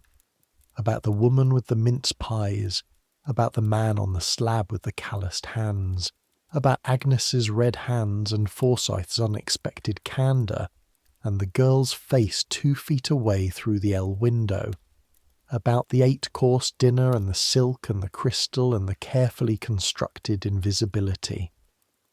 You don't have to want it, you say. It happens anyway. That's what cities do. He doesn't answer. After a while his breathing changes. He's actually asleep this time. Outside, the city continues. The night watchman calls the hour somewhere below. 3 o'clock. The L train stopped running at midnight, so the avenue is quieter than usual, the silence of it almost conspicuous. In the almshouse on Blackwell's Island, 300 yards across the dark water, people are sleeping in their institution beds. The dockworker's wife will make the ferry crossing in the morning with whatever she's brought this week. The ferry will carry her across, as it carries everyone who needs to cross. In the tenements on the Lower East Side, in the 2-room apartments where 6 or 12 people sleep in what space there is, the children are asleep in the positions that small children always sleep, the abandoned positions, arms flung wide, faces completely given over to unconsciousness. On Fifth Avenue, in the tall houses with their marble floors and their beeswax smell, behind the drawn curtains and the iron railings, the families are asleep in their separate rooms on their separate floors, in the particular deep sleep of people who are comfortable and warm and insulated from the sounds of the city by stone walls and money. And in the attic of one of those houses, a boy from County Cork who has been in this city for 1 year is not quite asleep yet. He's thinking about the difference between the two cities and the wall between them and the specific work required to maintain that wall, and whether the wall is natural or constructed, and whether it matters which it is, and what a person who lives on both sides of it is supposed to do with that knowledge. He doesn't have answers to any of this. He's 18 years old. Answers of that kind come later, if they come, or they don't come, and you learn to carry the questions differently. What he has instead of answers is this: a year of work, a year of learning, hands that know how to do things, eyes that know how to see the room they're in. He's warm enough, fed enough, employed and housed and moving slowly and specifically toward whatever comes next. That is more than a great number of people in the city have. He knows that now. He'll spend the rest of his life knowing it. Winter comes back. It comes back the way it always does in New York, without apology. One morning the sky is the particular grey that means business, and by afternoon the first snow is in the air, not falling exactly, more suspended, moving sideways as much as down, the wind off the Hudson pushing it against the building faces where it collects in the window ledges and the ironwork. You're at the service entrance on the basement level when it starts. Signing for a delivery from the coal merchant, 2 tons dumped through the iron grate in the sidewalk into the coal cellar below.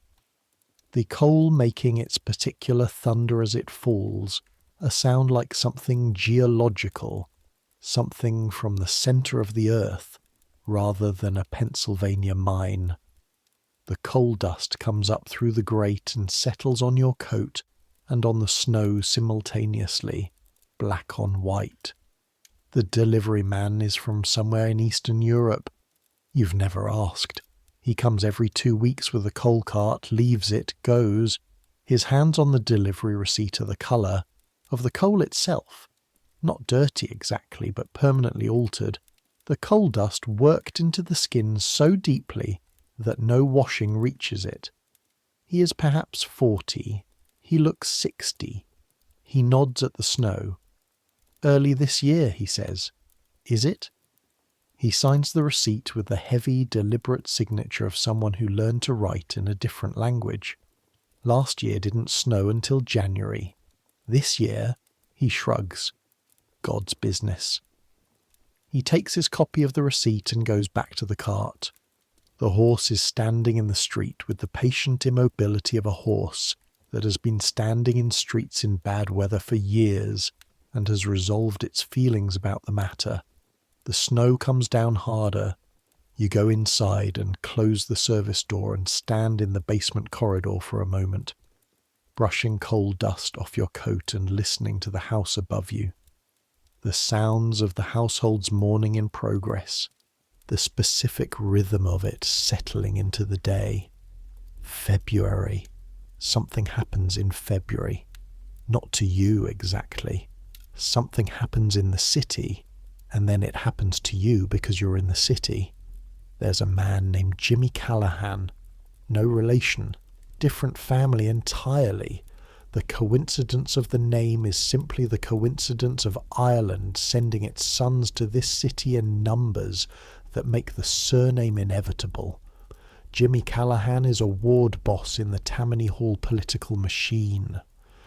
He controls the 18th ward on the east side, which means he controls who gets the city contracts in that ward and who gets helped with paperwork when they arrive at Castle Garden, and who gets jobs when they need them, and who gets left alone when the police come around.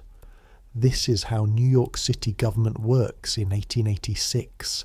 The Tammany machine is not a secret or a scandal exactly. It's how things operate. Every immigrant neighbourhood has a ward boss. The ward boss is the interface between the newcomers and the city. You need something, you know who to talk to. The ward boss knows who to call. In exchange, the ward boss expects your vote and your loyalty and occasionally your labour. It's corrupt, obviously.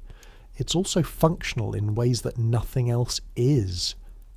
The charitable organisations are stretched thin and operating on principle.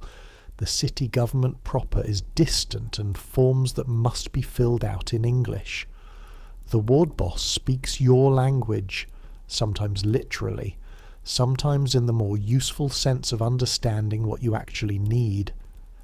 You know about Tammany the way everyone who works in this city knows about Tammany, as a fact of the environment, like the weather, or the horses, or the price of coal. What happens in February is this. Tammany Hall is hosting a gala at their headquarters on 14th Street. The event is a celebration of something, a ward election, a birthday, an anniversary. The calendar of Tammany political events is dense and continuous.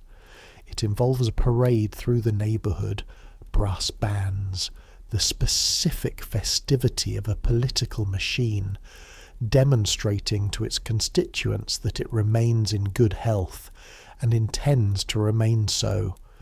You are not involved in this. You have no particular connection to Tammany politics. You're a junior footman from County Cork who's been in this city for 15 months and whose political engagement extends exactly as far as surviving in it.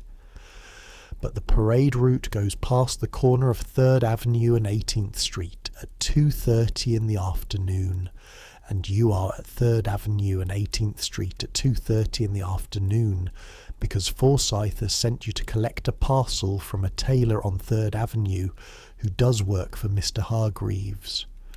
You turn the corner at 18th Street and walk directly into the edge of the parade. The sound hits you before the sight. 3 brass bands playing simultaneously in the close confines of 3rd Avenue with its L tracks overhead.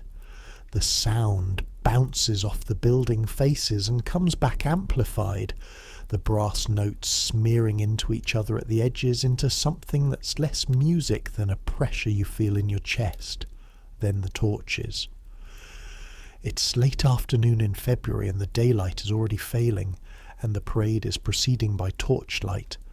Hundreds of men carrying torches, the light moving with them, the shadows swinging wildly across the buildings and the faces in the crowd, and then the crowd itself. This is not the Fifth Avenue crowd. This is not the contained, correctly dressed, managed movement of the uptown streets. This is 10,000 people, maybe more. Hard to estimate in the torchlit dark. Pressed together on both sides of 3rd Avenue, children on their fathers' shoulders, vendors with trays working the edges, the sound of all those voices combining into a roar that is distinct from the music and the brass bands, but equal to them in volume. The men in the parade are Tammany members, ward captains, politically connected labourers, city employees who owe their positions to the machine. They're dressed in their best clothes, not silk and white tie, but the formal best of men who work with their hands. Good wool coats, clean shirts, hats. They march with the self-conscious pride of men who don't usually march, and are enjoying the temporary transformation of their daily selves into something official. Jimmy Callahan himself is in a carriage near the front, a man about 50, broad-faced, the face of someone who has spent years in rooms where deals are made and has found this agreeable. He waves at the crowd with the practiced wave of a man who's been waving at crowds for a long time. The crowd waves back with the enthusiasm of people for whom the ward boss is genuinely materially important. He is the man who helped their cousin find work when they arrived.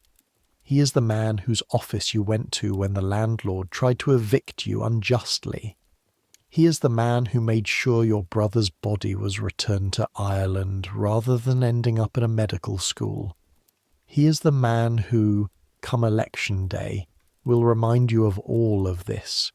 He's also a man who operates a system that systematically steers city contracts to men who give him a percentage. Both things are true simultaneously. This is New York 1886, where most of the important things are two things simultaneously. You're pressed against the building faced by the crowd, the parcel from the tailor under your arm, the torchlit parade going past, the brass music in your chest, and around you, 10,000 people who look like the people you came from, Irish faces, Italian faces, German faces, the faces of people who are 2 or 3 years into a new country and are still figuring out its specific rules. A man beside you is crying. He's perhaps 35, dressed in a labourer's coat. The tears are not grief tears. His face is happy, or something adjacent to happy. Something that happens when you've been away from home for long enough that the sight of your own people being publicly celebrated makes something release in your chest that you didn't know was held. He's not embarrassed. Nobody around him is paying attention. Everyone is watching the parade. You watch with him. The tail of the parade passes. The brass bands diminish northward, the music thinning and dispersing. The torches move away. The crowd begins to break apart, finding its way back into the side streets, into the saloons and the tenements and the businesses that have been closed for the parade. The man with the tears wipes his face with the back of his hand, looks at you, sees the livery, registers what it means. "Uptown house," he says. "Fifth Avenue," you say. He looks at you for a moment with the expression of a man performing a quick and complex calculation. "Good job that," he says finally. "Steady." "It is," you say. He nods once, moves off into the crowd. You stand there for a moment longer, holding the parcel, in the street that smells of torch smoke and horse and people and winter. Then you go back to the avenue, march. You've heard the name Jacob Rees for months before you meet him. You hear it first from a man named Patrick Corrigan who works as a stableman for a house 3 doors north of Hargreaves. Patrick has the wide network of basement gossip that stable workers tend to accumulate. They move between houses, they talk to delivery men, they pick up information from the street in the way of people who spend most of their working day outdoors. Patrick knows things. Reese was in our neighbourhood last week, Patrick tells you in February, over a shared coffee in the Mews alley behind the houses. Mulberry Street, 1 in the morning, with his camera equipment. What's he doing with a camera at 1 in the morning? Patrick looks at you with the patient expression of someone who has already absorbed this information and is now conveying it to someone who hasn't. He's a reporter, a Danish fellow, works for the Tribune. He goes into the tenements at night with this new flashlight thing, takes photographs. Patrick raps, his hands around his coffee cup. The photographs show what it actually looks like inside those buildings, the rooms, how many people are in them, how dark they are. He's going to publish a book. What kind of book? The kind that's going to make certain people in this city very uncomfortable, Patrick says. He doesn't specify which people, but you both understand which people he means. Jacob Riis is, at this moment in 1887, in the middle of documenting the conditions of New York's tenement districts with a combination of reporting and photography that is genuinely new. The flash photography he's using, a magnesium powder charge that produces a brief brilliant light, allows him to illuminate the interiors that gaslight won't reach and daylight never enters, to show rooms that have never been shown. How do you know all this, you ask? Patrick shrugs. His assistant is Irish. From Galway. We talk. This is how information moves through the basement world. You meet Riis on a Saturday in March, not by arrangement, by the particular accident of the city that places you on Mulberry Street on an errand in the late afternoon and places him outside a tenement building at the same time, surrounded by a considerable quantity of camera equipment and one assistant who is, in fact, Irish and from Galway, and who recognises you from Patrick's description. Riis is not what you expected. He's compact and energetic, with a pointed beard and eyes that are permanently alert. The eyes of someone who has been a police reporter for 10 years, and has consequently developed the habit of seeing everything. He's 40 years old and moves like someone 25. He looks at your livery. You work uptown, he says, not a question. Fifth Avenue, you say. He studies you for a moment with the reporter's look of someone deciding whether you're useful. How long? 16 months. Before that. County Cork. He nods. Something has been confirmed for him. Come in with us, he says, if you want to see. You should be back at the house. You have no authorization to be here, in this building, at this hour. You go in. The building is a 6-story brick tenement on Mulberry Street, one of a continuous run of identical buildings, each one built to the same basic design. Narrow lot, maximum coverage, interior rooms receiving no light at all from the exterior. The hallway smells of the building's inhabitants in the layered, accumulated way that a building smells when it has contained the same density of human life for 30 years. The floor under your feet is wood, but worn beyond smoothness to a surface that is simply the underside of decades of foot traffic. The walls were plastered once. The plaster has been repaired many times in many places, and each repair shows through the accumulated coats of paint as a different texture, a geological record of the building's history and wall surface. Riis moves through the building with a familiarity that suggests he's been here before. His assistant carries the camera equipment, a large format camera, the flash powder apparatus, a leather bag of plates. The equipment is substantial. Moving through the narrow hallway requires some manoeuvring. On the second floor, Riis stops at a door, knocks, a pause, then a woman's voice, cautious. He speaks. In Italian, you realise, a few words, and something changes in the quality of the silence on the other side of the door. A key turns. The room. You have tried, since the journey on the L, to imagine the tenement rooms. You've constructed them from what you've seen from the outside and what you've heard and what Bridget has told you. You've had a sense of them. The sense was insufficient. The room is roughly 12 feet by 10. The ceiling is perhaps 8 feet high. There is one window, facing a light shaft between this building and the next. A shaft approximately 3 feet wide that rises 6 stories and admits perhaps 2 hours of direct light on the best summer days. In March, the light shaft admits approximately nothing. In this room live A woman, 30, with the face of someone 35. 3 children, the youngest perhaps 2, asleep on a pallet in the corner, the others watching you from behind their mother with the careful watchfulness of children who have learned to read strangers quickly, and a man visible through a doorway into the second room. Because there are 2 rooms, this is the better class of tenement. Apartment, who is working at a table with his coat on despite the inside temperature. A tailor, you realise, doing piecework by the light of a single gas burner, bent close enough that his nose is perhaps 18 inches from the fabric. The piecework is shirts.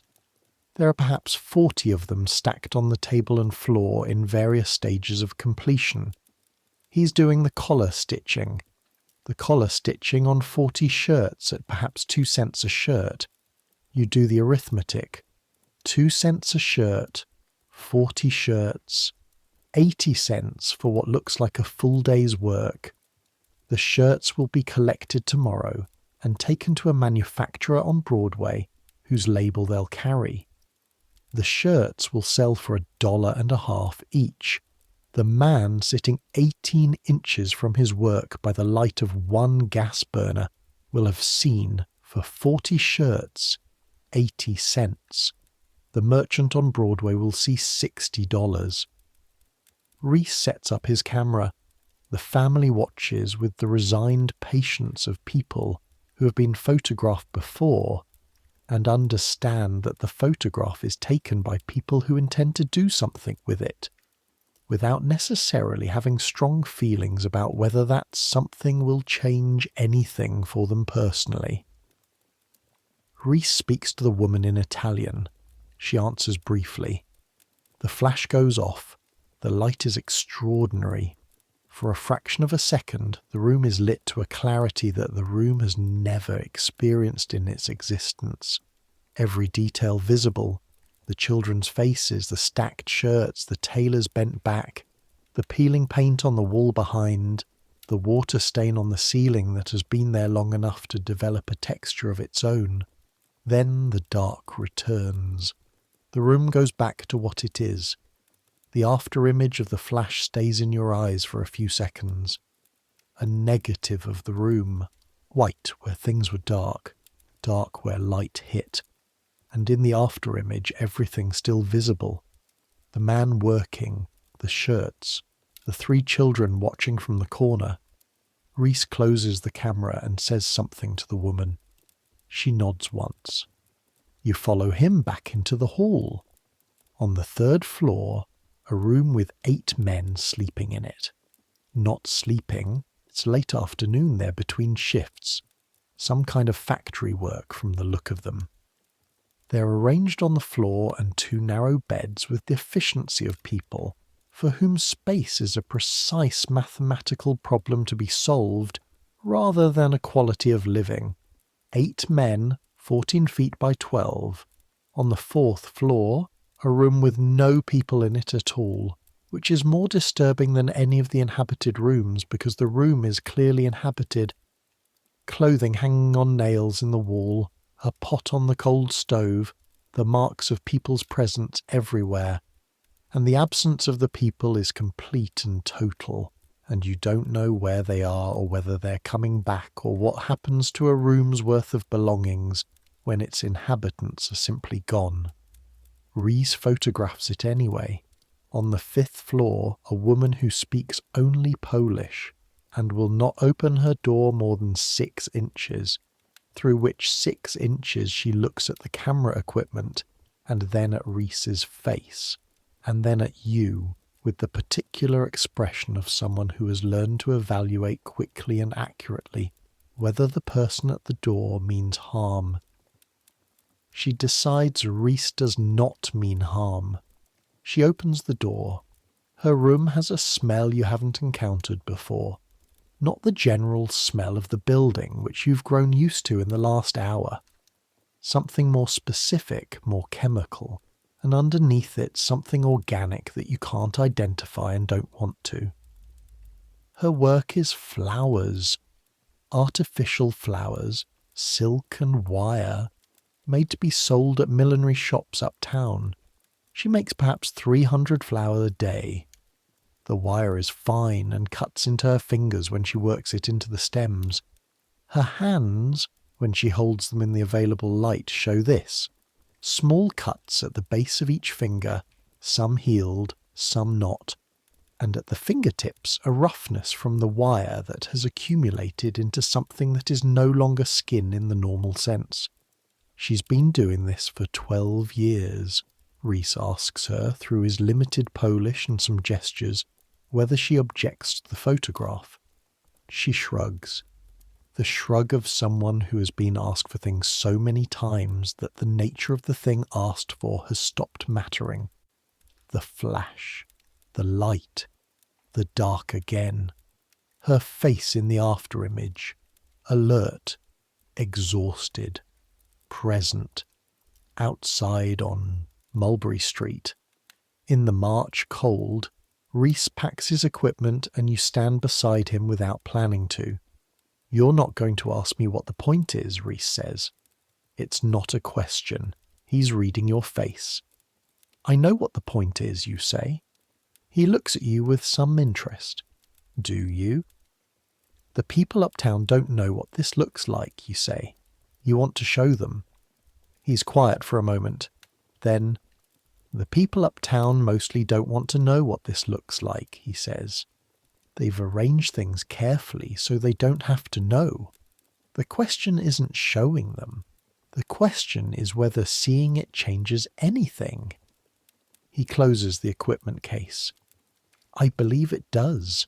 I believe you cannot look at a photograph of a child living in a room with no light and no ventilation and decide that this is acceptable if you're a person with a conscience. He looks at the building behind you. I may be wrong, he says. We'll see. He picks up the case. You're a footman, he says. Junior footman. In a house on Fifth Avenue. Yes. He looks at you. The specific reporter's look. The one that is seeing you and simultaneously filing you in some mental category. You live in both parts of this city, he says. I work in one. I come from the other. He nods slowly. Whatever he's calculating, he finishes calculating it. Remember what you saw in there, he says. Not the poverty, not the statistics, the specific details, the man stitching shirts by the gas burner, the woman's hands with the wire cuts. Those are the things that don't survive in reports and legislation and official language. They live only in the people who were present. He shoulders the bag and moves off into the street. You stand there in the March cold for a moment. Then you go back to the avenue. Spring again. Your second spring. The smell of it is the same. Horse manure thawing. The particular liberation of the city coming back to warmth. But you know it now. It doesn't surprise you. You've been expecting it since January, holding it in reserve as something that was coming, and now it's here and it's exactly what you held in reserve. The trees in Central Park are the same translucent green they were last year. The robin on the path, or a different robin, you can't tell, is doing the same thing. Some things don't change. April robin, Fifth Avenue after snow. The specific weight of a formal dinner coat when you take it from someone at the door. Some things do change. James leaves in April. He's been offered a position. Head footman in a house in Boston. The family is less grand than Hargreaves, but the position is more senior, and James at 23 has done his time as second in command and wants the room. He tells you the night before he leaves. Not Forsyth first. Forsyth he tells that morning, professionally. You, he tells the night before, in the attic room, sitting on the edge of his bed with the economical air of someone who has already made his peace with the decision. Boston's different, he says, smaller, calmer. He looks at the wall. I've had enough of this city's noise. You'll miss it, you say. Probably. He looks at you. You won't. You belong here. The city got into you early. You think about that. Is that good? He shrugs. It means you'll build something here. Not everyone does. He stretches. Some people come through this city and it passes through them like water. They're the same on the other side as they were coming in. Then there are people it sticks to, makes something of. He stands up. The conversation is apparently finished. Don't let Forsyth make you invisible permanently, he says. He goes to bed. In the morning he's gone by 7 before the household is fully awake. A case and 2 bags down the service stairs and into the street. You are now, as of April 1887, the most senior footman in the Hargreaves household. You're 18 years old. Summer. The specific suffering of New York in summer has to be experienced to be understood. The heat doesn't arrive dramatically. It settles. It finds every surface in the city. The cobblestones, the iron L supports, the stone building faces, and stores itself in them through the day, releasing it back into the street at night so that the temperature never actually drops. You go to bed in heat and wake in heat and work in heat, and the heat is never not present. The smell intensifies proportionally. 60,000 horses in summer heat. The uncollected garbage of a city that is better at generating waste than removing it. The East River at low tide, which in summer achieves a quality of olfactory experience that has no accurate analogue. In the tenements, this summer is a survival problem. The rooms with no windows and no air circulation become impossible to sleep in. Families move to the rooftops, the fire escapes, the streets. On hot nights, certain blocks of the Lower East Side become effectively outdoor dormitories, people sleeping on every available surface because the alternative is the airless heat of the apartments. On Fifth Avenue, the wealthy leave. This is the seasonal migration you've heard about, but now witness for the first time. In June, the families begin departing for their summer retreats. Newport, the Adirondacks, Saratoga Springs, Bar Harbor, Long Branch on the Jersey coast for those who are less concerned with their social positioning. The Hargreaves family goes to Newport in June. Mr. Hargreaves's 49-room cottage, the word cottage applied with the cheerful inaccuracy of a class that has decided to use understatement as a display of confidence. They take Mrs. Hargreaves's lady's maid, the cook, and a skeleton household staff. They do not take you. You stay in the city. You and Mrs. Brennan and Agnes and Ellen, the summer household, holding the Fifth Avenue property in a state of readiness for the return in September. The summer household has its own rhythm, quieter, without the constant forward pressure of a family's daily requirements. The house breathes differently. You clean things you never have time to clean during the season.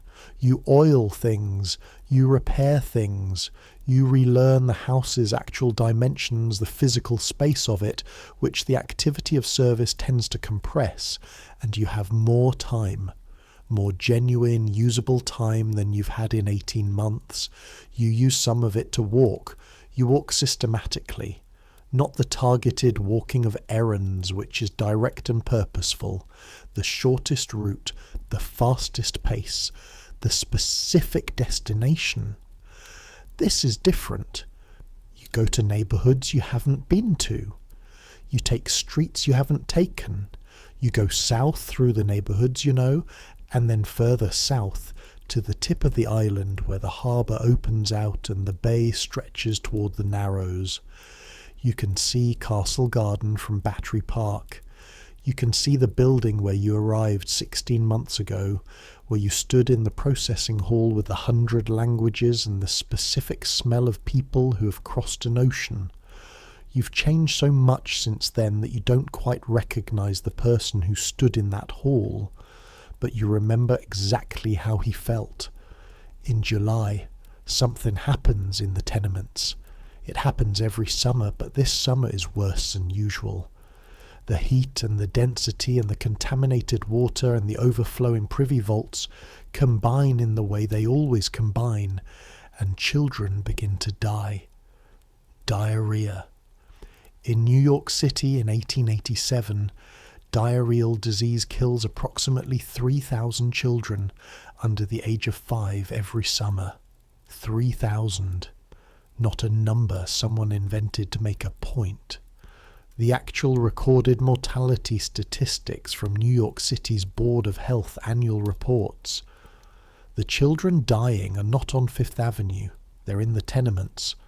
The same tenements Rees is photographing, the rooms with no light shaft and the privy vaults in the courtyard, and the water from the shared pump that is not always free of what it should be free of.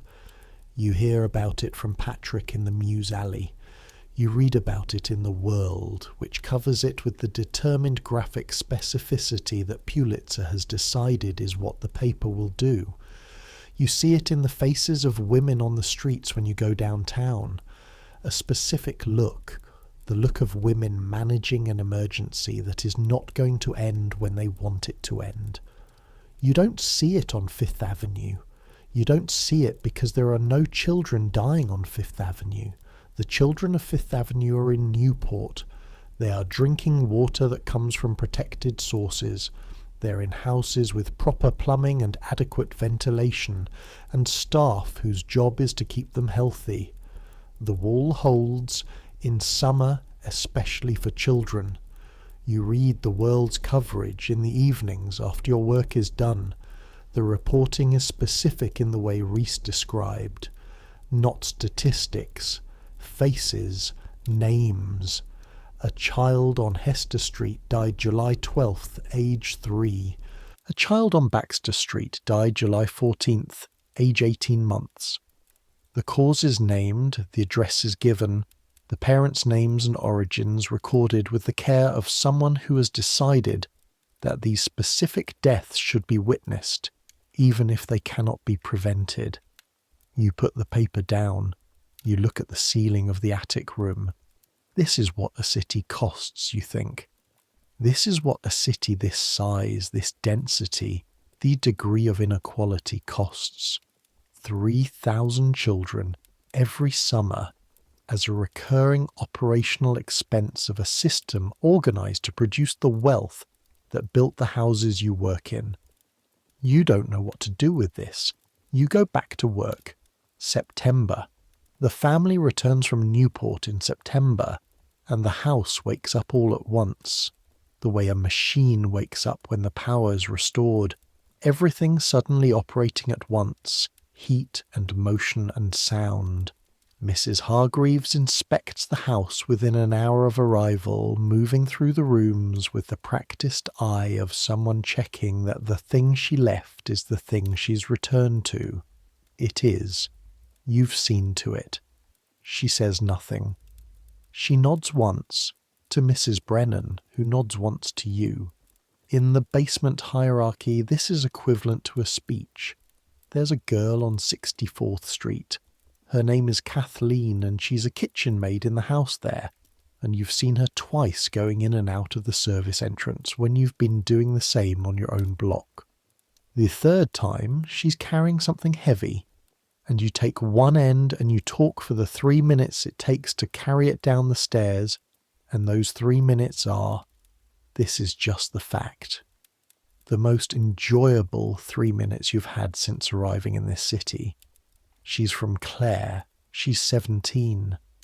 She's been in New York 8 months and is still in the phase you passed through 6 months ago, where the city is still enormous and slightly terrifying, but she carries it differently than you carried it, with a kind of dry humour about it, amused by her own bewilderment rather than overwhelmed by it. "Is it always this loud?" she asked on the stairs, not looking at you. "Yes," you said. "Grand," she said. I'd hate to have come all this way for quiet. Thursday is her half day. You find this out on the stairs. You find it out deliberately, in a way she probably notices you finding it out, in a way that she seems to not object to. On the first Thursday in October, you walk to the park together. It's a completely unremarkable Thursday afternoon in Central Park. The leaves are turning, not the full colour yet, but the early stages, the edges of things going gold while the centres still hold green. The light has the particular quality of October in the afternoon, lower and more golden than summer light, longer shadows, everything slightly more defined in contrast. You walk on the paths and talk about home, about the work, about the city and what it's become to you and what it hasn't yet become, about Bridget and James and what Patrick said last week and what Mrs. Brennan said yesterday that made everyone in the basement stifle laughter. She listens the way people who have good instincts listen, not waiting for her turn but actually tracking what you're saying. The way her eyes shift when something connects with something she was thinking. You sound like you love it, she says. The city. I don't know if love is right, you say. I know it. That's different. She thinks about this. What's the difference? You can know something terrible, you say. That doesn't mean you love it. She's quiet for a moment. But you're staying. I'm staying. That's close enough to love, she says, and the park around you is doing what parks do in October, which is to be exactly the right size and temperature and colour. The trees doing their annual rehearsal for winter, the whole thing calibrated to make people walking through it feel briefly that the world is comprehensible. You walk until the sun is low, and you both need to be back. The winter of 1887 to 1888 is historic. You don't know this while it's happening. You don't know that what's about to occur is going to be remembered for 50 years as the blizzard.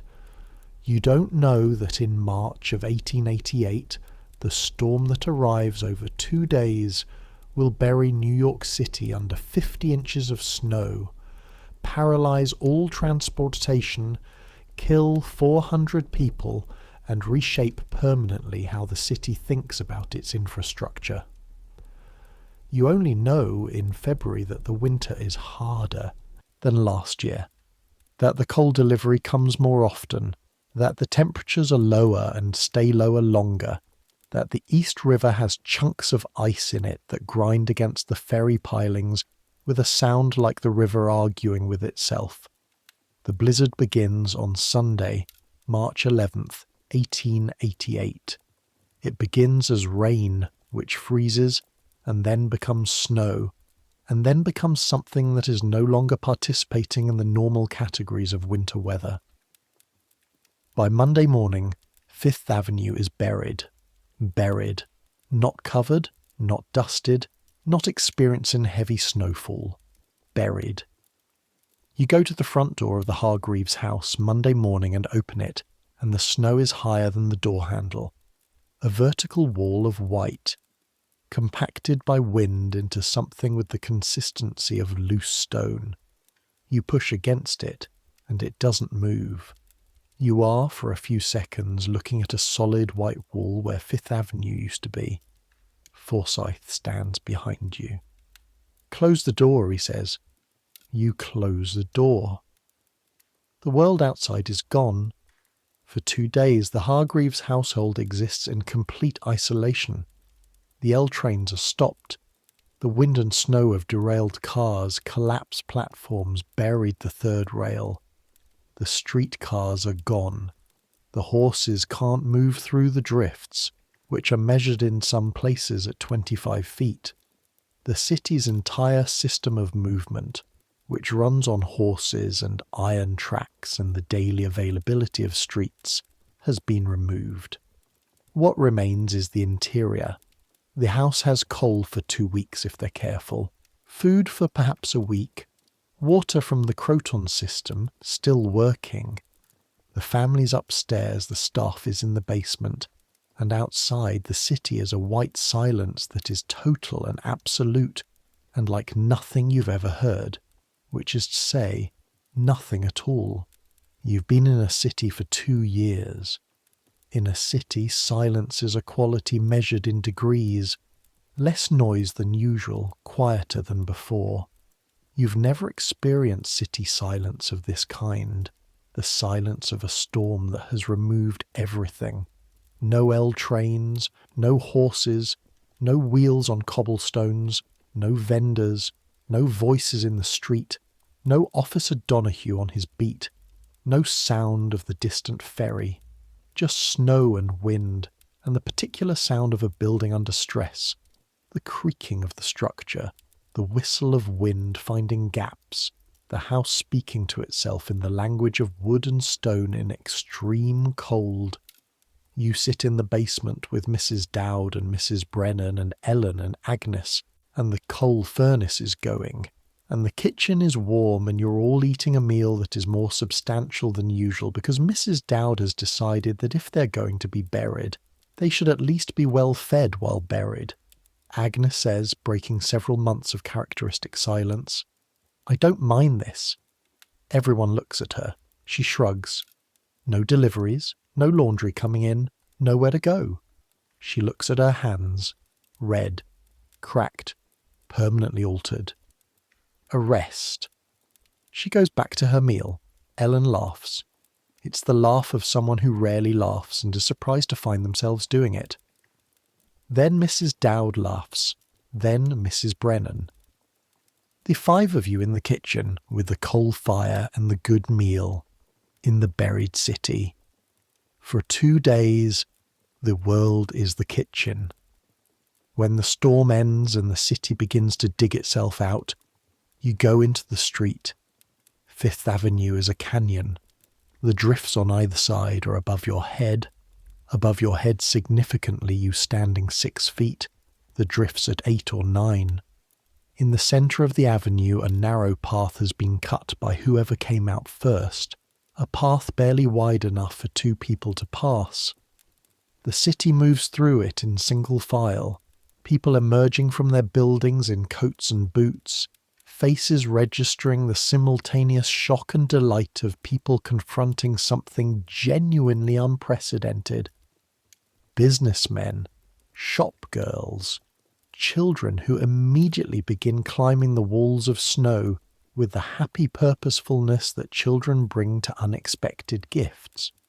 The wealthy are on the same path as everyone else. The snow doesn't know the difference.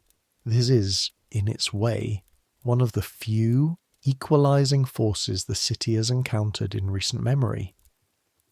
Everyone is dug out the same.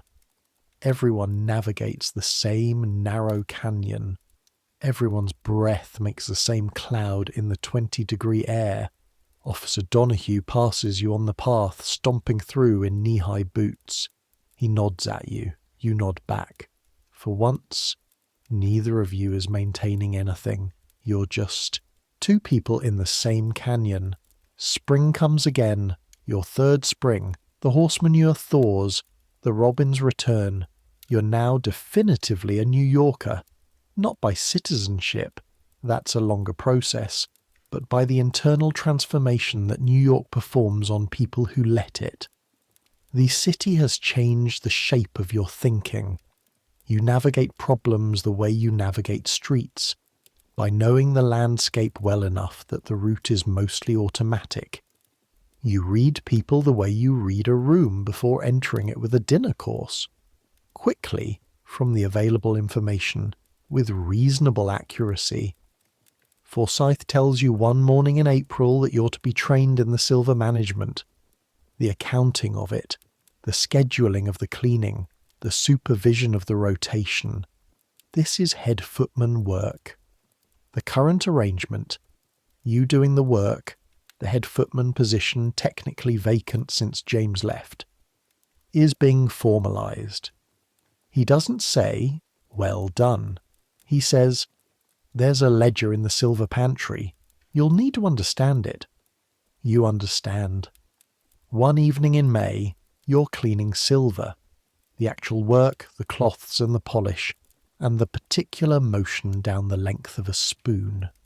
And Kathleen is sitting across the workbench from you, because she comes on Thursdays now with a frequency that has evolved into a kind of regularity.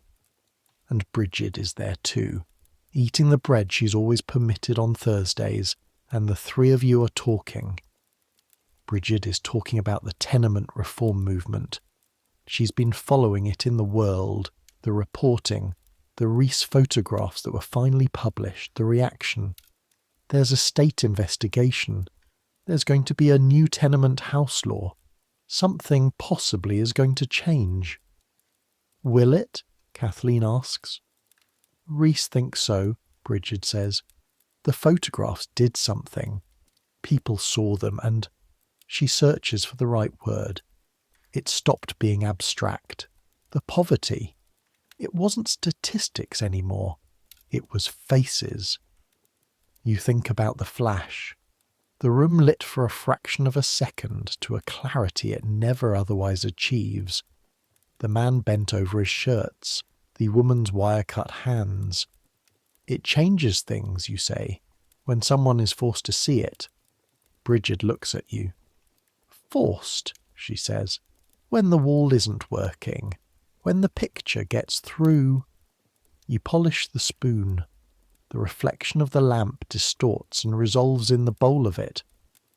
The wall works because no one inside it has to see what it's keeping out. The moment they see it, they have to decide, Bridget says. Yes. She's quiet for a moment. Some of them decide it's fine, she says, even after seeing. Some of them, you say, but not everyone. The silver is clean. You set the spoon in the tray. Outside, May is happening.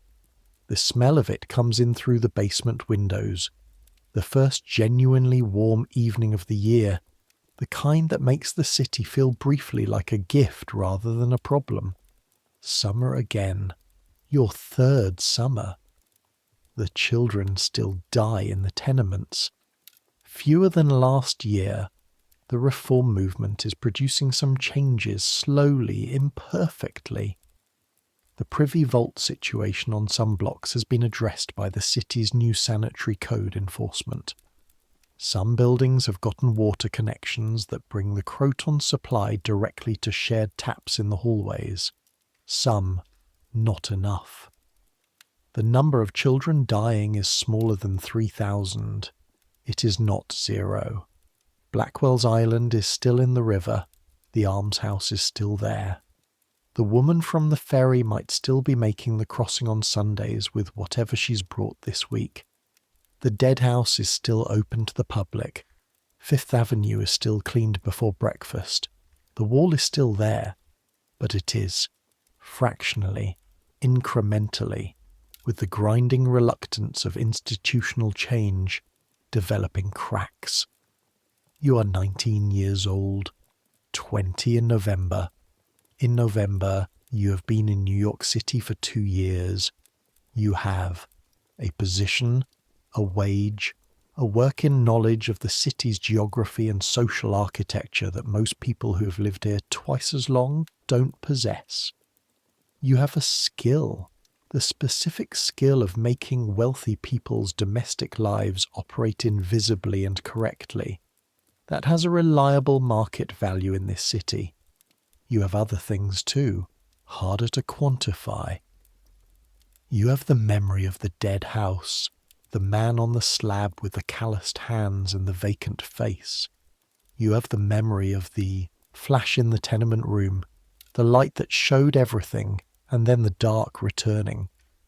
You have the memory of the parade on 3rd Avenue, the man crying, the torchlight, 10,000 people cheering for the ward boss who was corrupt, and also the only reliable system of assistance that many of them had. You have the memory of Bridget saying, part of your job is to help them not know. You have the memory of Forsyth saying, there's something else is worth thinking about. You have the memory of James saying, some people the city gets into. make something of. You have all of this. The silver is clean, the table is laid, the floors are polished, the house runs. Somewhere on Mulberry Street, a man is stitching shirt collars by the light of a gas burner. Somewhere in the river, the ferry is making its crossing. Somewhere on 64th Street, Kathleen is at the end of her Thursday duties putting on her coat.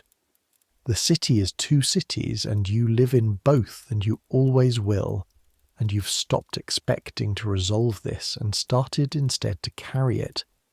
Not lightly, not without weight, but steadily, the way you carry a full serving tray through a doorway, with attention, with balance, with the knowledge that dropping it is not an option. That's the job. Not just the silver and the coats and the invisible presents at the dinner table. The real job, which no one assigned you and which you assigned yourself somewhere around the second month in the city, is this: to know both things. To keep both things real and present at once. To not let the marble make you forget the manure. To not let the manure make you forget that the marble is also true. To be, in this specific divided city, someone who can hold both halves in their hands simultaneously. The autumn evening, you're in the attic room, the window that faces the alley behind the house, the particular light of October at 5 in the afternoon, which is low and gold and specifically October in a way that no other month can imitate. Sean, your first roommate who arrived terrified from Tipperary and is now 14 months in and noticeably less terrified, is doing something with his bootlaces, focused with the concentration of someone performing a task that still requires thought. You're looking at the window. Somewhere below, the house is running. Mrs. Dowd is starting the dinner preparations. Forsyth is in the silver pantry reviewing tomorrow's requirements. Ellen is turning down the beds upstairs with the precision she's developed over a year and a half of doing it. Outside, Fifth Avenue is doing what Fifth Avenue does at 5 in the afternoon in October. The light is catching the limestone faces of the houses and turning them briefly golden before the sun goes. The horses are there, the carriages. Officer Donohue's replacement. Donohue retired in August on his beat. 3 blocks east the L is running, carrying people downtown and uptown, the sound of it arriving in waves. Across the river, Blackwell's island is in shadow now, the brick buildings on the island's shore visible as dark shapes against the darker water. Downtown, somewhere on the Lower East Side, the city is doing what it always does at this hour. The kitchen smells coming out of tenement windows, the children in the streets, the vendors finishing their day, the men coming back from the docks and the factories and the construction sites with the specific walk of physical exhaustion, the walk of bodies that have been used, all of it happening at once, all of it true simultaneously. This is the city, your city. The city that got into you at 17 and made something. What it made you is still becoming clear. The person at 20 is not the person at 25 will be, who will not be the person at 30. You are a thing still in formation, which is exactly what you're supposed to be. The light fades. The room goes grey, then dim, then dark in the way rooms go dark when no one lights a candle. The city comes up through the walls. All its sounds, the L and the horses and the voices and the distant music from wherever music is happening tonight, and somewhere the very faint sound of water. Always. Because this is an island, and the water is always there at the edges. Your body is tired in the specific way of bodies that have been working, not broken, not damaged, used. The good tiredness. Your hands on the blanket are your hands now. The hands of someone who has spent 2 years at precise work with silver and china and fabric. The calluses in the right places. the small cuts healed or healing, the grip when you close your fingers certain. There are things you don't know. The list is long and will remain long for years. What you'll be at 30, whether the tenement reform will reach the scale it needs, whether the wall between the two cities will hold another generation, whether the word you're carrying, the knowledge of both sides, will become something you do with, or just something you carry. You don't know, but you know what you've seen. You know what you know. The blizzard and the parade and the dead house flash and the woman on the ferry and Forsyth's one candid sentence and James's leaving and Agnes's hands and the robin in April. You know this city.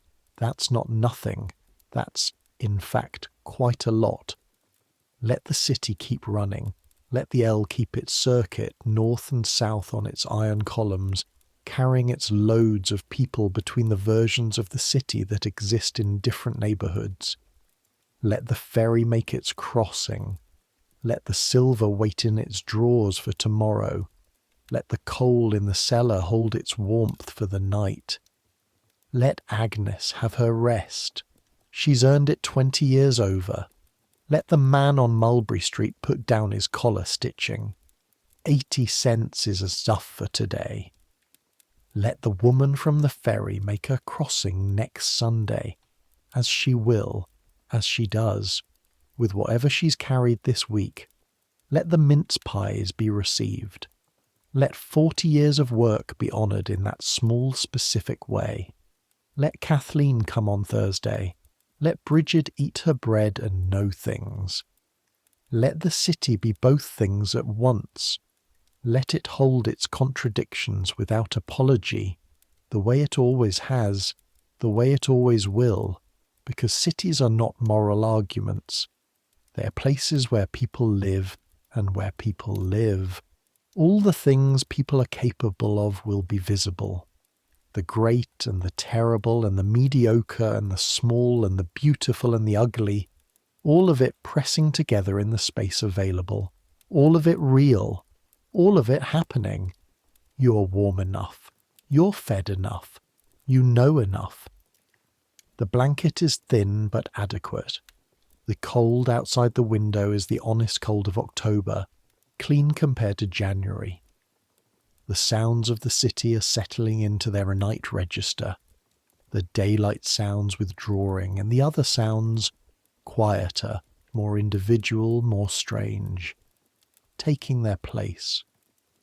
You are Thomas Callahan, 20 years old in 2 weeks, head footman in a house on Fifth Avenue in New York City in the year 1888.